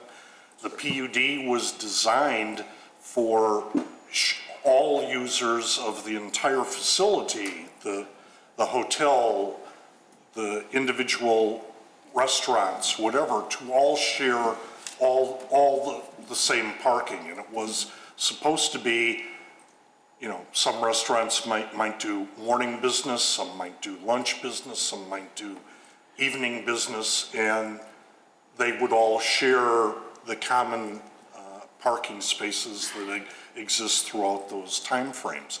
As business start putting up signs that reserve parking for their own businesses, you can't use them, their neighbors can't use them. And now it causes what I perceive is a shortage of parking. So one of the conditions that I would be asking for on your new building, that you not reserve any parking anywhere on your property. No cones, no signs, and that parking should be shared by all the users of the entire facility. And I'd be happy to go over the parking, because I know it's a big concern for everybody, as well as a concern for ours when we first wanted to build this building. Right now, and I don't want to name the people in the development, are legally using my land as parking, coning it off without my permission or ownership's permission, so I'm well aware of that. As I've gone over through this development, our parcel can park itself without requirement for parking for anyone else, as in our square footage, we have, I believe, a good amount of parking spaces to cover our potential parking requirement in our own parcel. Right now, the problem with parking is Weston was supposed to build that parking structure, which they never did. Furthermore, ours was supposed to be a temporary parking lot. They were supposed to enforce the fact that it wasn't supposed to be a temporary parking lot. Weston was supposed to build a parking lot. They never did that. Right now, valets are going ahead and blocking our lot off. I wouldn't want to cover our parking lot and not let people use it. Ownership has been kind enough to let people for the whole development do that. Right now, there's a lot of parking that I guess is not visible to the street, that is tucked in the corners of the Weston development, that I believe other parties should utilize valet service to park it in the back, but instead it's more convenient to park it in our lot. So that's why it looks a little bit more full up front. For our current tenants that are the Subway nail salon that's coming in, PostNet, we put 20-minute parking stalls to allow people to say, hey, this is 20 minutes, let these smaller users come in, be able to have a business that's successful. Right now, we're seeing the issue of mostly Serenel's in the hotel, where they're coming and impeding on all of our parking spaces, and they're just leaving their cars overnight. And due to the way the PUD's form right now, where everyone can use everywhere space, there's no really control. As for the parcel in question, there's a lot of spaces that can be used. Right now, they're just not being properly used. No, it's been considered the deadbeat or the eyesore of Wheeling for a while, and everyone just feels they have free reign to do whatever they want with it because they don't feel like anything can go up. I think once a building does go up, it'll deter people from coming and parking their car all the way out the front of the valet, and it'll force them to go and park in the necessary corners of the property. I understand that, but what I don't want to happen is to have, because of the other tenants, the other business owners putting up signs that reserve parking for them, and their overflow is still going to now start using your area, that you put up signs, and now the whole parking situation really goes crazy. The next thing you know, you'll have your car will be towed away, signs all over the place, and I don't want that to happen at the center. Something's got to be done with the parking there. I'm of the opinion that if, and you're not coming in for restaurant use today, but if you come back for special use for a restaurant, due to the increased demand that restaurant use places on parking, I may not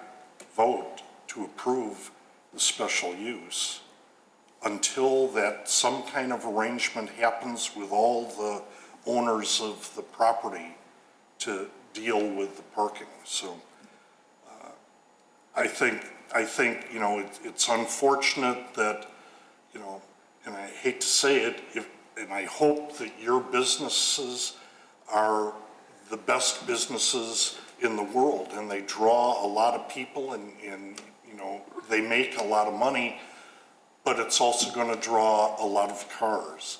And those cars are going to impact, due to the lack of parking, they're going to impact the other business owners to make a lot of money as well, because everybody seems to be pretty successful there. So, and I don't want you to be impacted by people using your parking, because what you perceive as your parking, even though it's shared, because the whole lot is short of parking. So, I'll leave it there, and I hope that you can do something about the parking, and I hope that the restaurant owner who wants to come in is aware that there is a parking problem. Like I say, I don't want to see reserved parking in front of this building. So that's my only concern. I think something needs to be done about the consistency of all the different types of materials on the front. And I haven't seen what the sides and the back look like. I'd like to see, some renderings. They're not color, but we have the black and white. Yeah, it's hard to differentiate what the back can be. It doesn't have to be as decorative, but it should be nice. You going to have anything on the back that will have people entrances to? Just the rear man doors, just for the employees. But just for employees only? Right. Okay, that's my only question. When you were saying that you would like to incorporate more or minimize the materials or kind of tie it back into the existing buildings, would you be opposed to having the sign band in a similar matching color, or I would hate to go back to the EFS material that mimics it exactly, but we could I don't know. I think in the other buildings there are some differences in the treatments. There's canopy, different colors and whatever. So I think they're a little bit more subtle than this is just completely different. So no, I don't think you need to go back, but maybe just reduce reduce the fact that the real only similarity that I think you have is on the south end cap is the same material that's on the north end cap, and everything else in the middle is completely different, so. Well, the sign band in the center with the urban spa, that's a very similar element to the existing buildings too. And then the stone massing is very similar to the elements that were on other buildings as well. And then I think I would, if you're planning to put a sign on that center, that big tower. Yes. Andrew, are they allowed to put a sign on something that doesn't have a street access? And I don't know that I'd consider the drive-through to be a street or thoroughfare. Nor do I know that they would be able to put a sign facing north and south on that tower or whatever. Well, the sign code restricts roof-mounted signs. It restricts projecting signs. Those both have specific definitions. This I don't think would qualify as a projecting sign or a roof-mounted sign. I think it falls under, in the wall sign regulations, what is considered additional signage. So the commission at its discretion can approve additional signage. There are some restrictions on the size of additional signage. It can't be larger than the amount of sign area that they would have been permitted on the primary wall. But off the top of my head, I can't think of anything that would prohibit it. While I have this up, I just wanted to note, I tried to grab the photograph, and as I was doing it, I realized that the more appropriate photograph probably would have been the Dunkin' Donuts rendering. They did have a recent approval for this corner here, which was where the drive-through was. So this is the current appearance of the building. This edge here would not have this same appearance in the future following the Dunkin' It would be Donuts. very similar to the hub tower. Is there any way to bring that up so it could show? If I could remember what meeting it was on, I can grab it real quick. Do you know off the top of your head? I have the other presentations. Yeah, from again, other I would meetings. hope that we all could see that because they look very similar in terms of design to one another. Yep, But plus we approved the orange awnings and. Yeah, and maybe something like that where if you matched the corner of that building and started with that kind of treatment on yours and then merged into something else, just to make it look a little more The problem I consistent. think we run into there is Dunkin' Donuts saying, why did you match us the way we are? We want to be the way we are, so we're unique. Again, I get into a battle of people's egos and uses of, hey, I want to be different, I want to be different. It's a bunch of people grabbing it, I want to be different. So I guess I'm stuck in a rock and a hard place between, I could have won with the original design. It would have been easier on my part. It would have been a heck of a lot cheaper to do that building design than this one's going to cost me a lot more money. But tenants nowadays have certain specifications that they want to get to, and if they don't, they'll just move to the next developer that'll do it in another area. I think you need to make it a little bit more interesting than the original design. Not that the original design was bad, but times have changed and. Right. And again, we could go back to the block. I'm just afraid of timing with the whole process, that if we don't get this approved, we lose a tenant and that sits there for another year the way it is. That's my only concern at this point. Okay, that's my only question, Andrew. I'll go and look at my history to find Dunkin' Donuts. If you give me about 2 minutes, I can pull it up. I just have to take the memory card over to the other computer real quick. If you continue with questions, I can. Commissioner Zangar? Thank you. And I was actually going to get to that with the Dunkin' Donuts, that they put that, so they've already changed the look of that building anyways. My suggestion, what I was thinking is, personally, I like how the cafe has the stone, and you're kind of blocking it with the tower. Where the stone is by the I guess, outdoor seating area. Can that go back to the brick? I like the entrance, to give that entrance feel, but then you're kind of tying in the brick with the other building, I'm lost, do you mind? where they're sitting. Well, all the way, the patio. The patio, the On back right-hand side, stone? yes, the back stone wall. Change it to, Change it to the brick.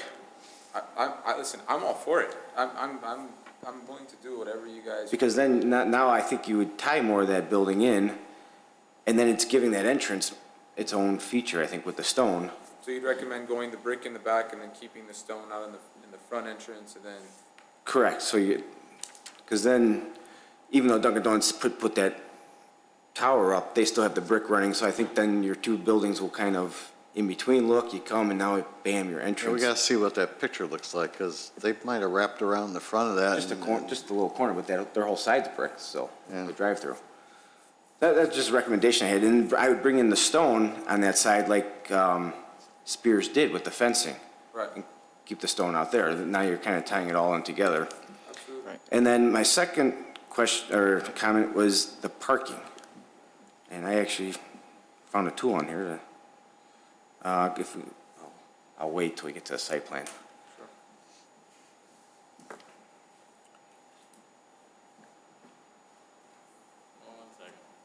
Take your time.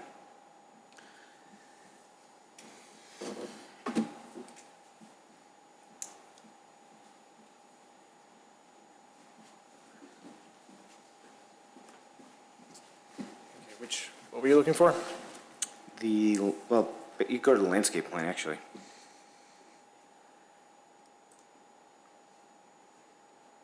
And one thing I actually should have brought up, with the new parking plan, you might be stressing to this right now, we're actually adding a row of parking in the front that's actually not existing. So with this new development, we've actually gaining more parking spaces and actually losing. We've added 22 cars from the original PUD. Correct. So, one last point, sorry to interrupt. No problem. One last What point. I was getting at is in the back, where you, I guess, let's see here, it would be the south side. Nope, the north side, my other south. The other side. Northeast side. Where you get that 10, I'd like to see those disappear, and where that island is, where all that landscaping, carry that island out further. And if I could Further show you. there? You're saying take this island and just extend it across Yeah. Yes, and just keep running those, yes. run that, Run that island further out, so, okay. whoops, I just lost a page. Did you do a parking count? Did you add more cars by doing that? Do it. Yeah, it's all cars. It's Okay. all cars in there, Four. and the 10 you're taking out, you could fill in 10. Okay. At least It by simplifies, by trying it, yeah. simplifies the traffic flow a little bit more. Yeah, it was just, then you didn't have cars going all, every different direction, so that was a recommendation. And then my other question, because I know it's been talked up before with the building next door, is the trash area is, with restaurants and all this, it will be sized correctly, and I believe this building will have its own trash enclosure in the rear. It'll be will it separate. it'll service the whole, if there's multi-tenants, it'll serve Right, all so of it'll them. service that building on its own, correct. They won't tie into one another. And my only other recommendation might be, is that sidewalk that comes from the back to the front. And like I said, recommendation would be maybe to carry a fence along that line, just so I don't want to see cars or people. I think the tenant would be putting planters. Okay. Something along those lines, trees and planters, so that way they could give it that feel that you Feel. not have cars right next to it. Exactly. They've Okay. talked about that, yep. But those were, I wasn't here for the beginning 10 years ago, obviously, but I like it, I like seeing a little difference, but I still like you're tying it in. And like I said, I think if you try to bring that brick from the one to the other and then let it take over the other way, I think you'll accomplish at least a feeling that I think it would tie it all in. Thank you. Appreciate That's the all. feedback. Yeah. So, that's all I have. Thank you.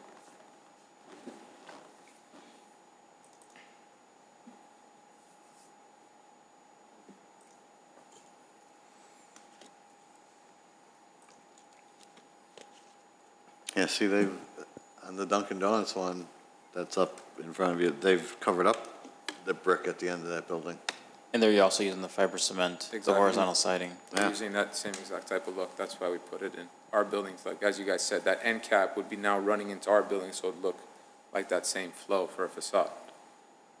I mean, you can't really see the brick all that much from the front of the other building, it has a little bit here and there. But Yeah. now that they've added this corner the way it is, I think this ties in a lot better to the new building that's going up. But adding some brick accents to it, I don't think is a bad idea whatsoever. I'd actually be for that. I'm good, done? I'm good. Let's see, well, I picked up on what you were trying to do with the new building, you know, picking up stuff from the Spears and Twin Peaks. And at first I thought, wow, that's really dramatic change, but then I realized what you were trying to do there, and you even had the pier, the tower that goes along with what we just did for Dunkin' Donuts. I think it's a nice design. After seeing the Dunkin' Donuts thing again, I originally thought, yeah, adding or changing that stone by that sitting area to match the brick would be a good idea, but now that I see there's no brick to match at that end of the building, I guess I'd rather see the stone stay. Let's see if I had anything else here. There's a little enclosure on the back side of the building. Is that intended to be the trash enclosure? That's correct, yes. How would that be accessed by the trash company? It looks like they'd have to roll it out across the Yeah, sidewalk. exactly, that's what they're Off doing. the curb and, Yeah, there's a ramp here, oops, can you go back? Yeah, so the plan, the intent was, you know, very similar to what they're doing over here is we're just rolling the trash dumpsters out and then they would just haul them back in. okay.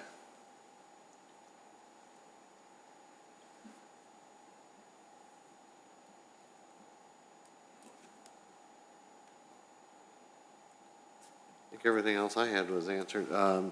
Any other questions? There was a suggestion made to extend the landscape island to where this other, you have an existing island here. There's a suggestion made to extend this landscape island over and take these parking stalls off of the plan so that the flow would come through here. Is that correct? Mm-hmm. So that there would be one entrance, you'd come in and then connect to this location here. Was there a consensus from the commission as to whether or not that would be a recommendation?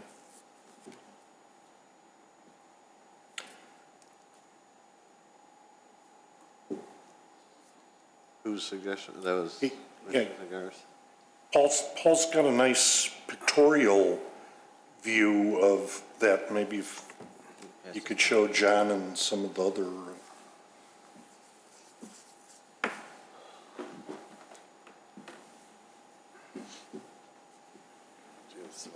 Paul, are you sure that we would not lose cars by doing that?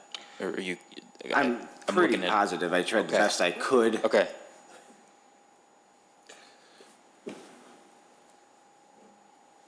I mean, to me, it looks like it it would be makes half. sense. Okay.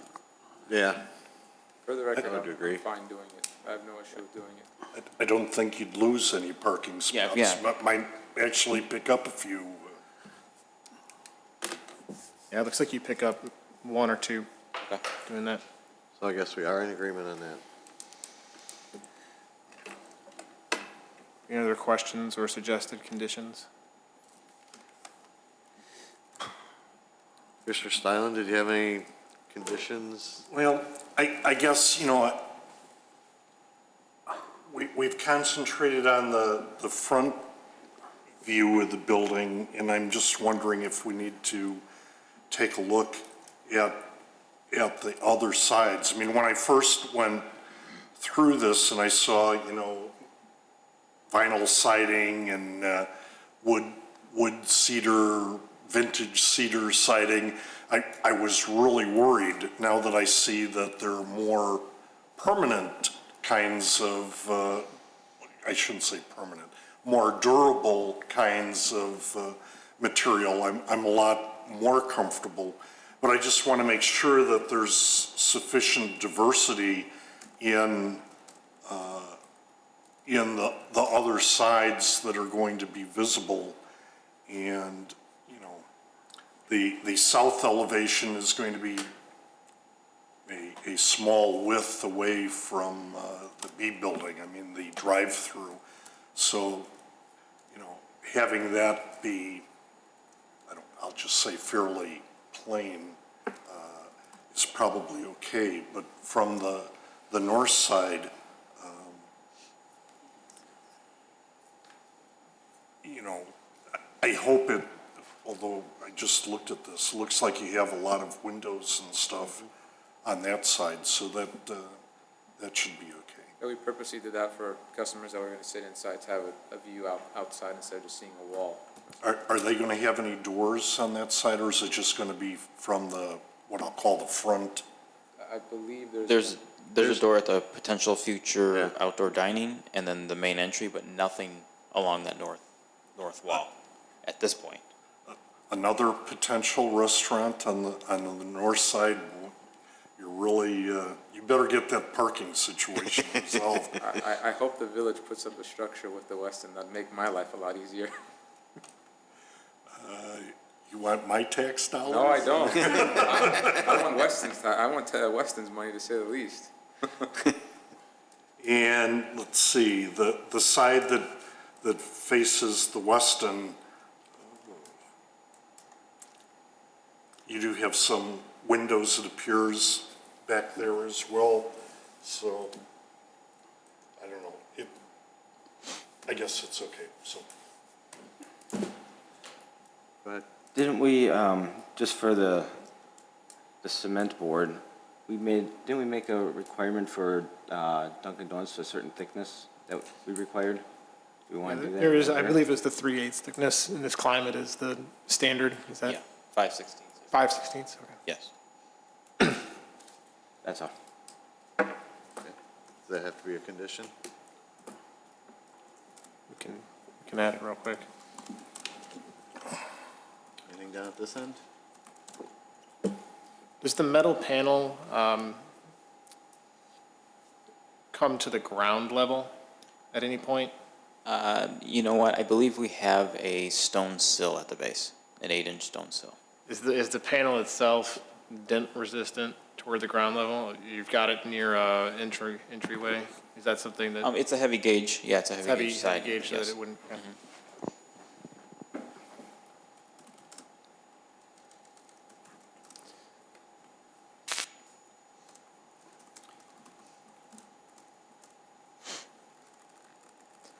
Just a quick question on the sign areas. You've got signs illustrated on cement fiberboard area as well as stone and metal. Any consideration to have some sort of wireway installed so that the That's typically replacement of signs? right. Just in case a tenant comes out, that raceway will be there, and then the future tenant will come back in and So the original apply to that. construction, you're anticipating the original construction would have a wireway? Correct. Yes. Yeah. So no new penetrations will go through.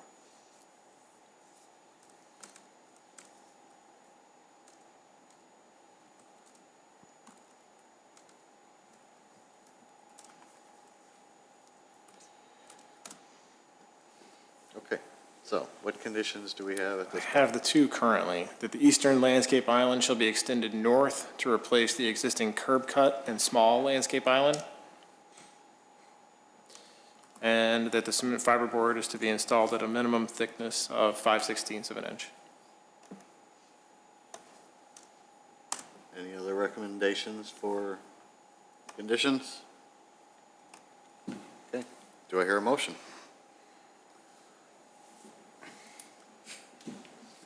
I'll make a motion, Mr. Chairman. I'll second it. Okay, motion made by Commissioner Stylin, seconded by Commissioner Zangara. Mr. Secretary. I'm Commissioner Stylin, I vote yes. Commissioner Zangara? Yes. Commissioner Johnson? Yes. Commissioner Powers. Yes. And Commissioner Vito will Abstain. abstain, and 2 absent, so that's 4 yes, 1 abstention, and 2 absent. Okay, as we discussed at the beginning of this evening, the Planning Commission is a recommending body on a major appearance modification. We'll forward this to the board. If you give me a call, I can tell you the exact meeting date for that. We will place it on the first possible agenda. It's the understanding of the commission, while we're all here, the petitioner will be asked to modify the site plan drawing in between this meeting and the board meeting, just to confirm that the configuration works. If I would anticipate that's the only change that we'll see, it's just the extension of that. Are there any concerns with that? Okay, so we would ask you to go ahead and modify that drawing for the board's review so we can confirm all the geometry works. And we will, like I said, be in touch about the exact date of the meeting. And we have a decision sheet for you. Thank you for everyone's time, appreciate it. Thank you.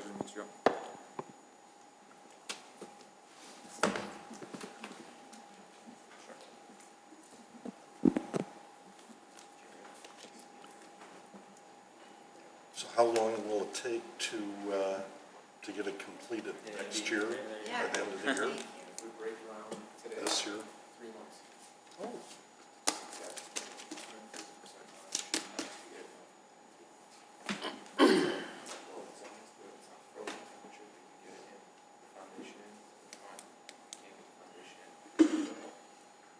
So sometime summerish, maybe, if you're lucky.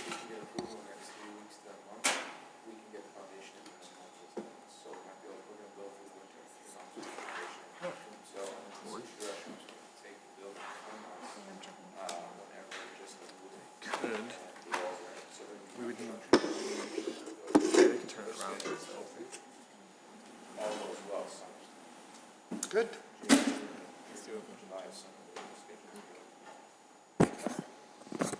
Excellent. I think you'll be very successful, I hope.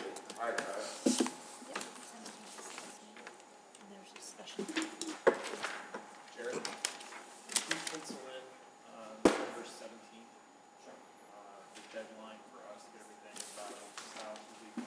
First one was we got there.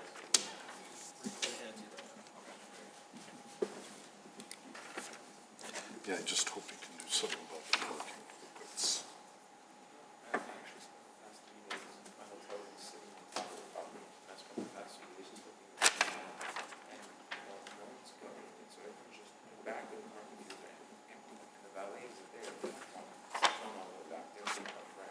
and they should, I mean, it's,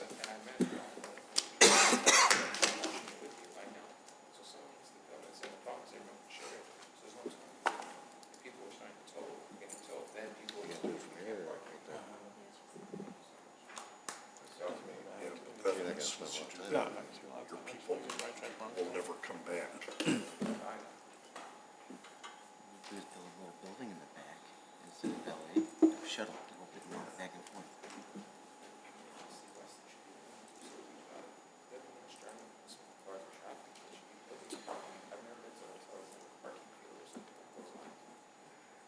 Unfortunately, these front guys are suffering for it, that's not fair.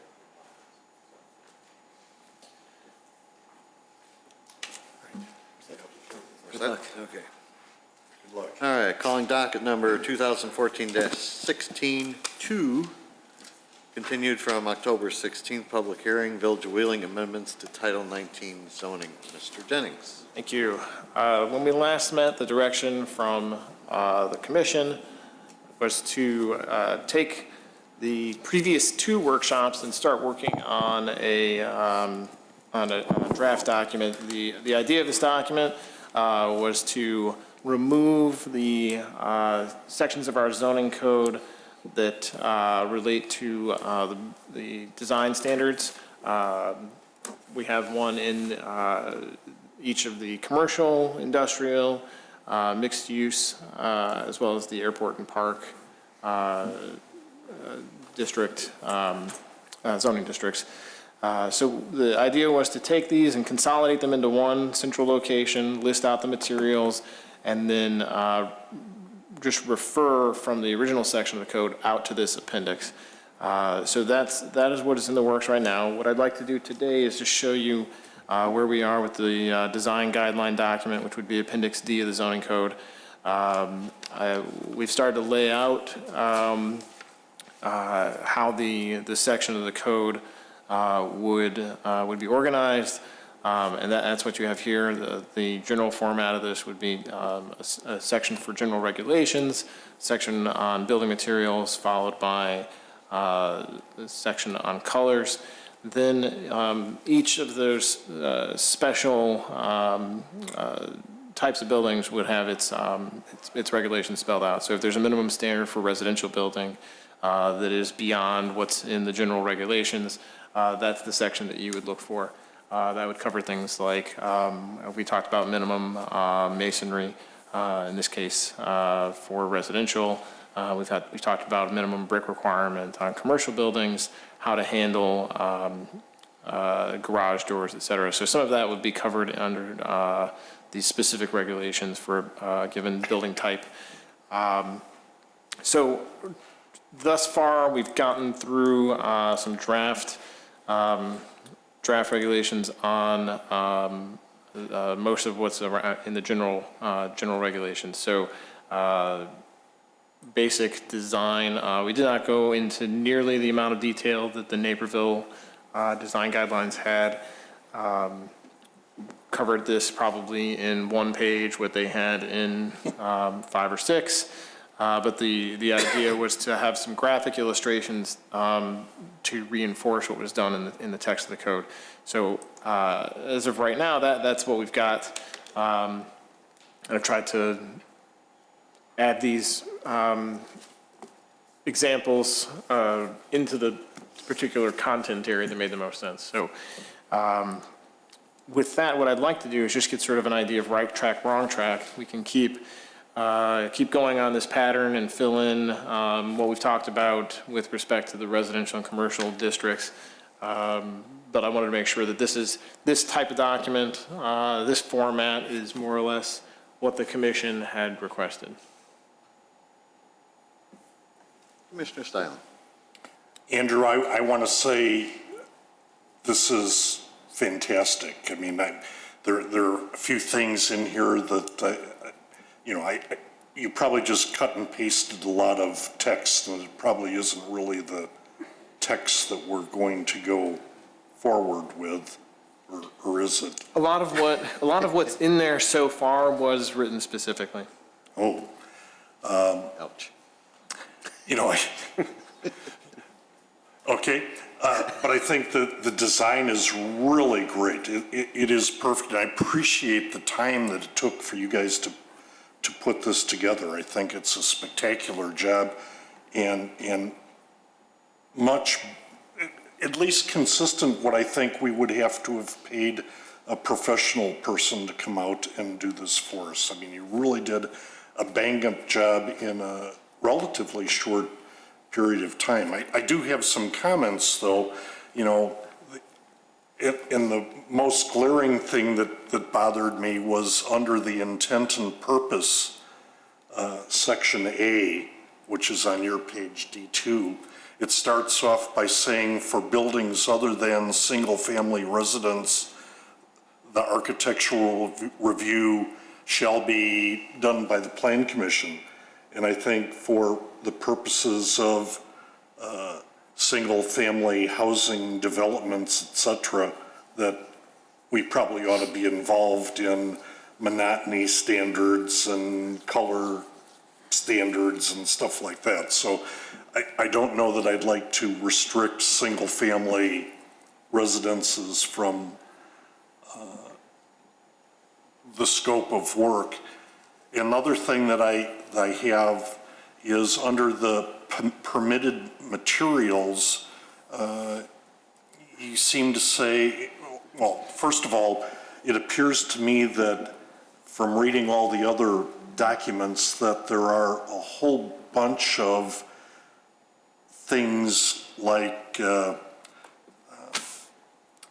ephes and Dryvit and artificial stucco and synthetic stucco and vinyl stucco and latex stucco that I'm not really sure what they are, but a lot of the other municipalities have said they're not acceptable. And I wrote a bunch of conditions where I would allow that material to be used, but then after seeing the example of the materials that the petitioner gave us tonight, and the fact that can I just call it hardy board type stuff, has so many different textures and designs and shapes and whatever, that maybe that would be sufficient material to completely replace Dryvit and ephes and wouldn't have as much of all the conditions that you need to do to make ephes, that material a much more durable material. I think the cement stuff you can probably put in more people-friendly areas, where ephes you have to keep people and stones and stuff away. So I would really recommend getting rid of all those different types of whatever those synthetic stuccos, ephes, Dryvit, and concentrate on allowing the hardy board to be used in those accent places. The other thing, the other municipalities went into, fiberglass siding and plastic siding and metal, industrial, vinyl, asphalt siding. Do we need to put those kinds of not permitted materials in? I have no idea what asphalt siding is. I have some of those listed as an example. If you go under prohibited, right, panels and they should say boards, probably panels and boards not listed as permitted. So it's basically prohibiting things that we have not specifically listed as permitted. So sheet metal, corrugated metal, plastic, plywood, fiberglass are there. I could certainly add the asphalt. Just to your other question, the Village of Wheeling does not currently have design review for single-family homes. So when I wrote that section, I was basically just looking at the intent of our current. How did that get removed out of the Appearance Commission? I don't know when we last had it, actually. I have not seen it. We haven't had a single-family development in quite a while, but I'm sure we were involved with the one that was, I think, the most recent one on Schoenbeck Road. Not really, actually. There were some, during the subdivision process, there were some, I believe there were some suggestions made, but I don't know that it was a strict requirement. I can go back and check that, but I don't think that we have a provision for design review. That's not to say that you couldn't write something in and maybe set your threshold as, for new single-family developments consisting of new construction of 10 houses or more, or something like that. You could add something like that. Yeah, but I didn't, it's not there because I didn't. And even though, the Plan Commission doesn't do it, we could still cover it in our recommendations for those areas as well. Sure, and I think what I would suggest is probably some sort, instead of just going into, there hasn't been any desire to go into single-family review for one house at a time. But I think if you had some sort of recommendation to have a threshold of a certain number of houses, just to ensure, as you said, anti-monotony. More of a subdivision oriented. Right. But that's certainly something we can add at the consensus of the commission. Okay. Commissioner Zangara, your thoughts on where they're at with this? I think I think it's fantastic. I know they're putting a lot of work into it, but I think we'll definitely see the benefit in the long run, because when the petitioner comes, they're gonna have this, you're not gonna get the same questions from everyone, because you're gonna give them this information right up front. And I think their questions will become more specific, and I think in the long run, I know it's a lot of legwork right now, but I think in the long run, we're gonna have things a lot simpler, and things will move a lot faster. I really believe that. Commissioner Powers. I agree. I say keep going. It's an excellent job, ton of work. And I think it always helps when the petitioners come in here with samples and stuff like that. And if they could even come, maybe if they've done work on other properties that are using similar materials, if we could see pictures of that when they come in here, and they could say, well, I'm proposing this material, and here's a picture of other work I've done on other buildings, and here's what it looks like. I mean, to get like a feel of the texture and stuff like that, I think that would be really helpful. But this really, I think, clarifies a lot, and it'll really be beneficial. I think it'll answer a lot of questions and smooth line the process a lot. So thank you. Commissioner Vito?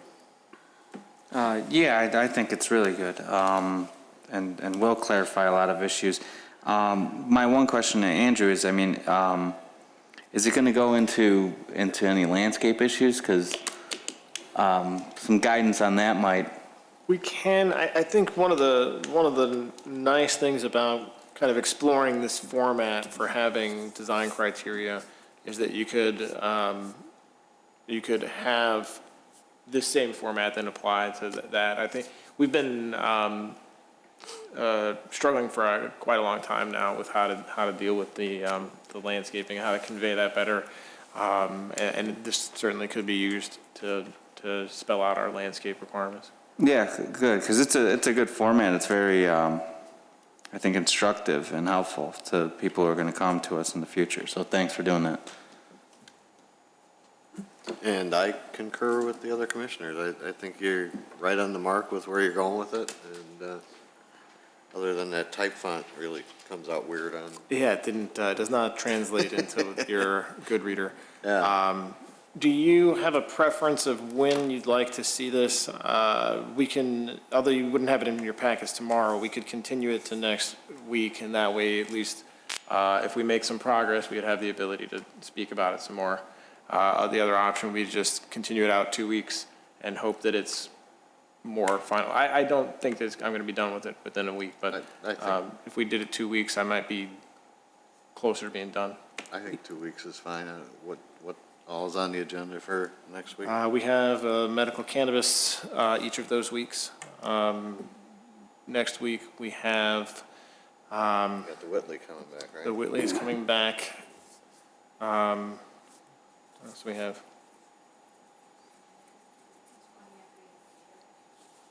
Yeah, so if we shoot for the 20th, we can hopefully have 20 minutes at the end, and if it's ready to make a recommendation on, great. If not, we can do it one more time.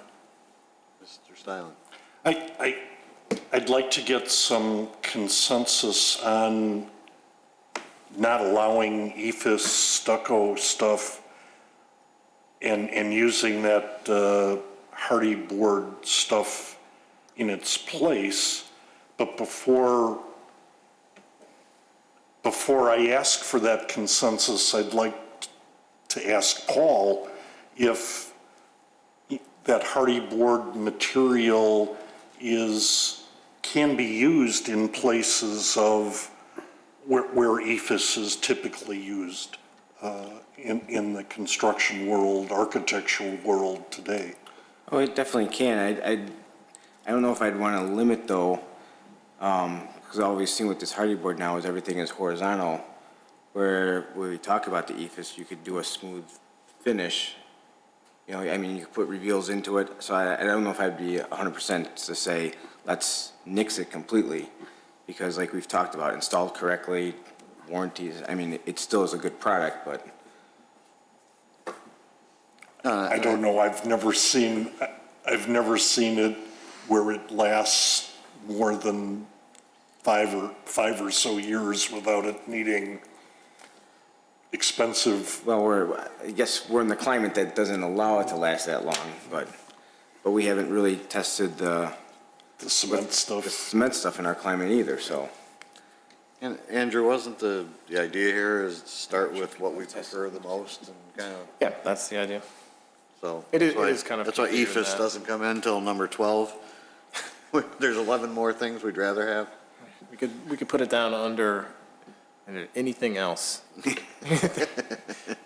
Well, I hear what you say, it's number 12, but as soon as it's on the permitted use side, somebody's going to say it's there, I can use it, I'm going to put it up, and, I think one of the things that we can try to do is consult with a couple of builders. We have certainly seen new EFS go in. It's not gone. There are definitely techniques for keeping it off the ground, et cetera. But we've seen new buildings. It is relatively inexpensive to repair it. It is prone to some weathering issues and damage at ground level. But I don't know that it's, as Commissioner Zingara said, it's not, the cement fiberboard can come in a variety of textures and, but not a full smooth surface. It will have boards, it will have panels, it will have a shake appearance. So I don't know if we're quite ready with a full replacement yet, but I can certainly ask around. okay. Anything else on this? No. So I'll be looking for a motion to continue to the 20th. Yes. Motion to continue. Second? Second.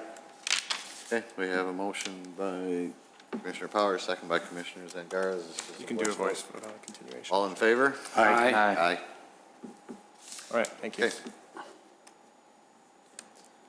All right, next we have approval of minutes from October 16th, 2014. Do I hear a motion? So moved. Second. All in favor? Aye. Aye. Aye. And the minutes from October 23rd, 2014. Do I hear a motion? Motion. Second. All in favor? Aye. Other business, Mr. Jennings, you got anything? Nothing tonight. Thank you. Commissioner Powers? I have nothing, thank you. Commissioner Vito? I have nothing. Commissioner Stylen? I have nothing tonight. Commissioner Zangara? Just number one, I will not be here next week. And what happened tonight, I was just wondering when we do these reviews, we've been always flipping to see the building next to it, or is there a way maybe to try to get a picture of the adjacent buildings or something when we put this together? If it's possible, especially like tonight, we were puddling with it. Sure, I can, I don't know that we're going to do it for every single building. Right, no, I but we do, we have a couple of different options. I can possibly see about having street view on the laptop that's in the podium. Okay. So we can flip to it faster. Although that wouldn't help comparing it to the Dunkin' Donuts thing. No, that's true, but yeah, I think that, But I think that made a big difference in which way that went after we saw the Dunkin' Donuts thing next to it. I think that what we can do is, when we take the angles, try to take diagonal to at least get a Exactly. little That's- context. That's all I had. The only thing I had was about next week. With Whitley coming, I can't do anything on that one. Jim is not going to be here. Is that, Jim is back next He week, will be here? I thought he was going to be gone for 2. 20th. Okay. Oh, okay. So he is back. Okay, then we should be Okay. All right, with that, anything from you, Brooke? Okay, do I hear a motion to adjourn? So moved. Second. All in favor? Aye. So be it. Signature?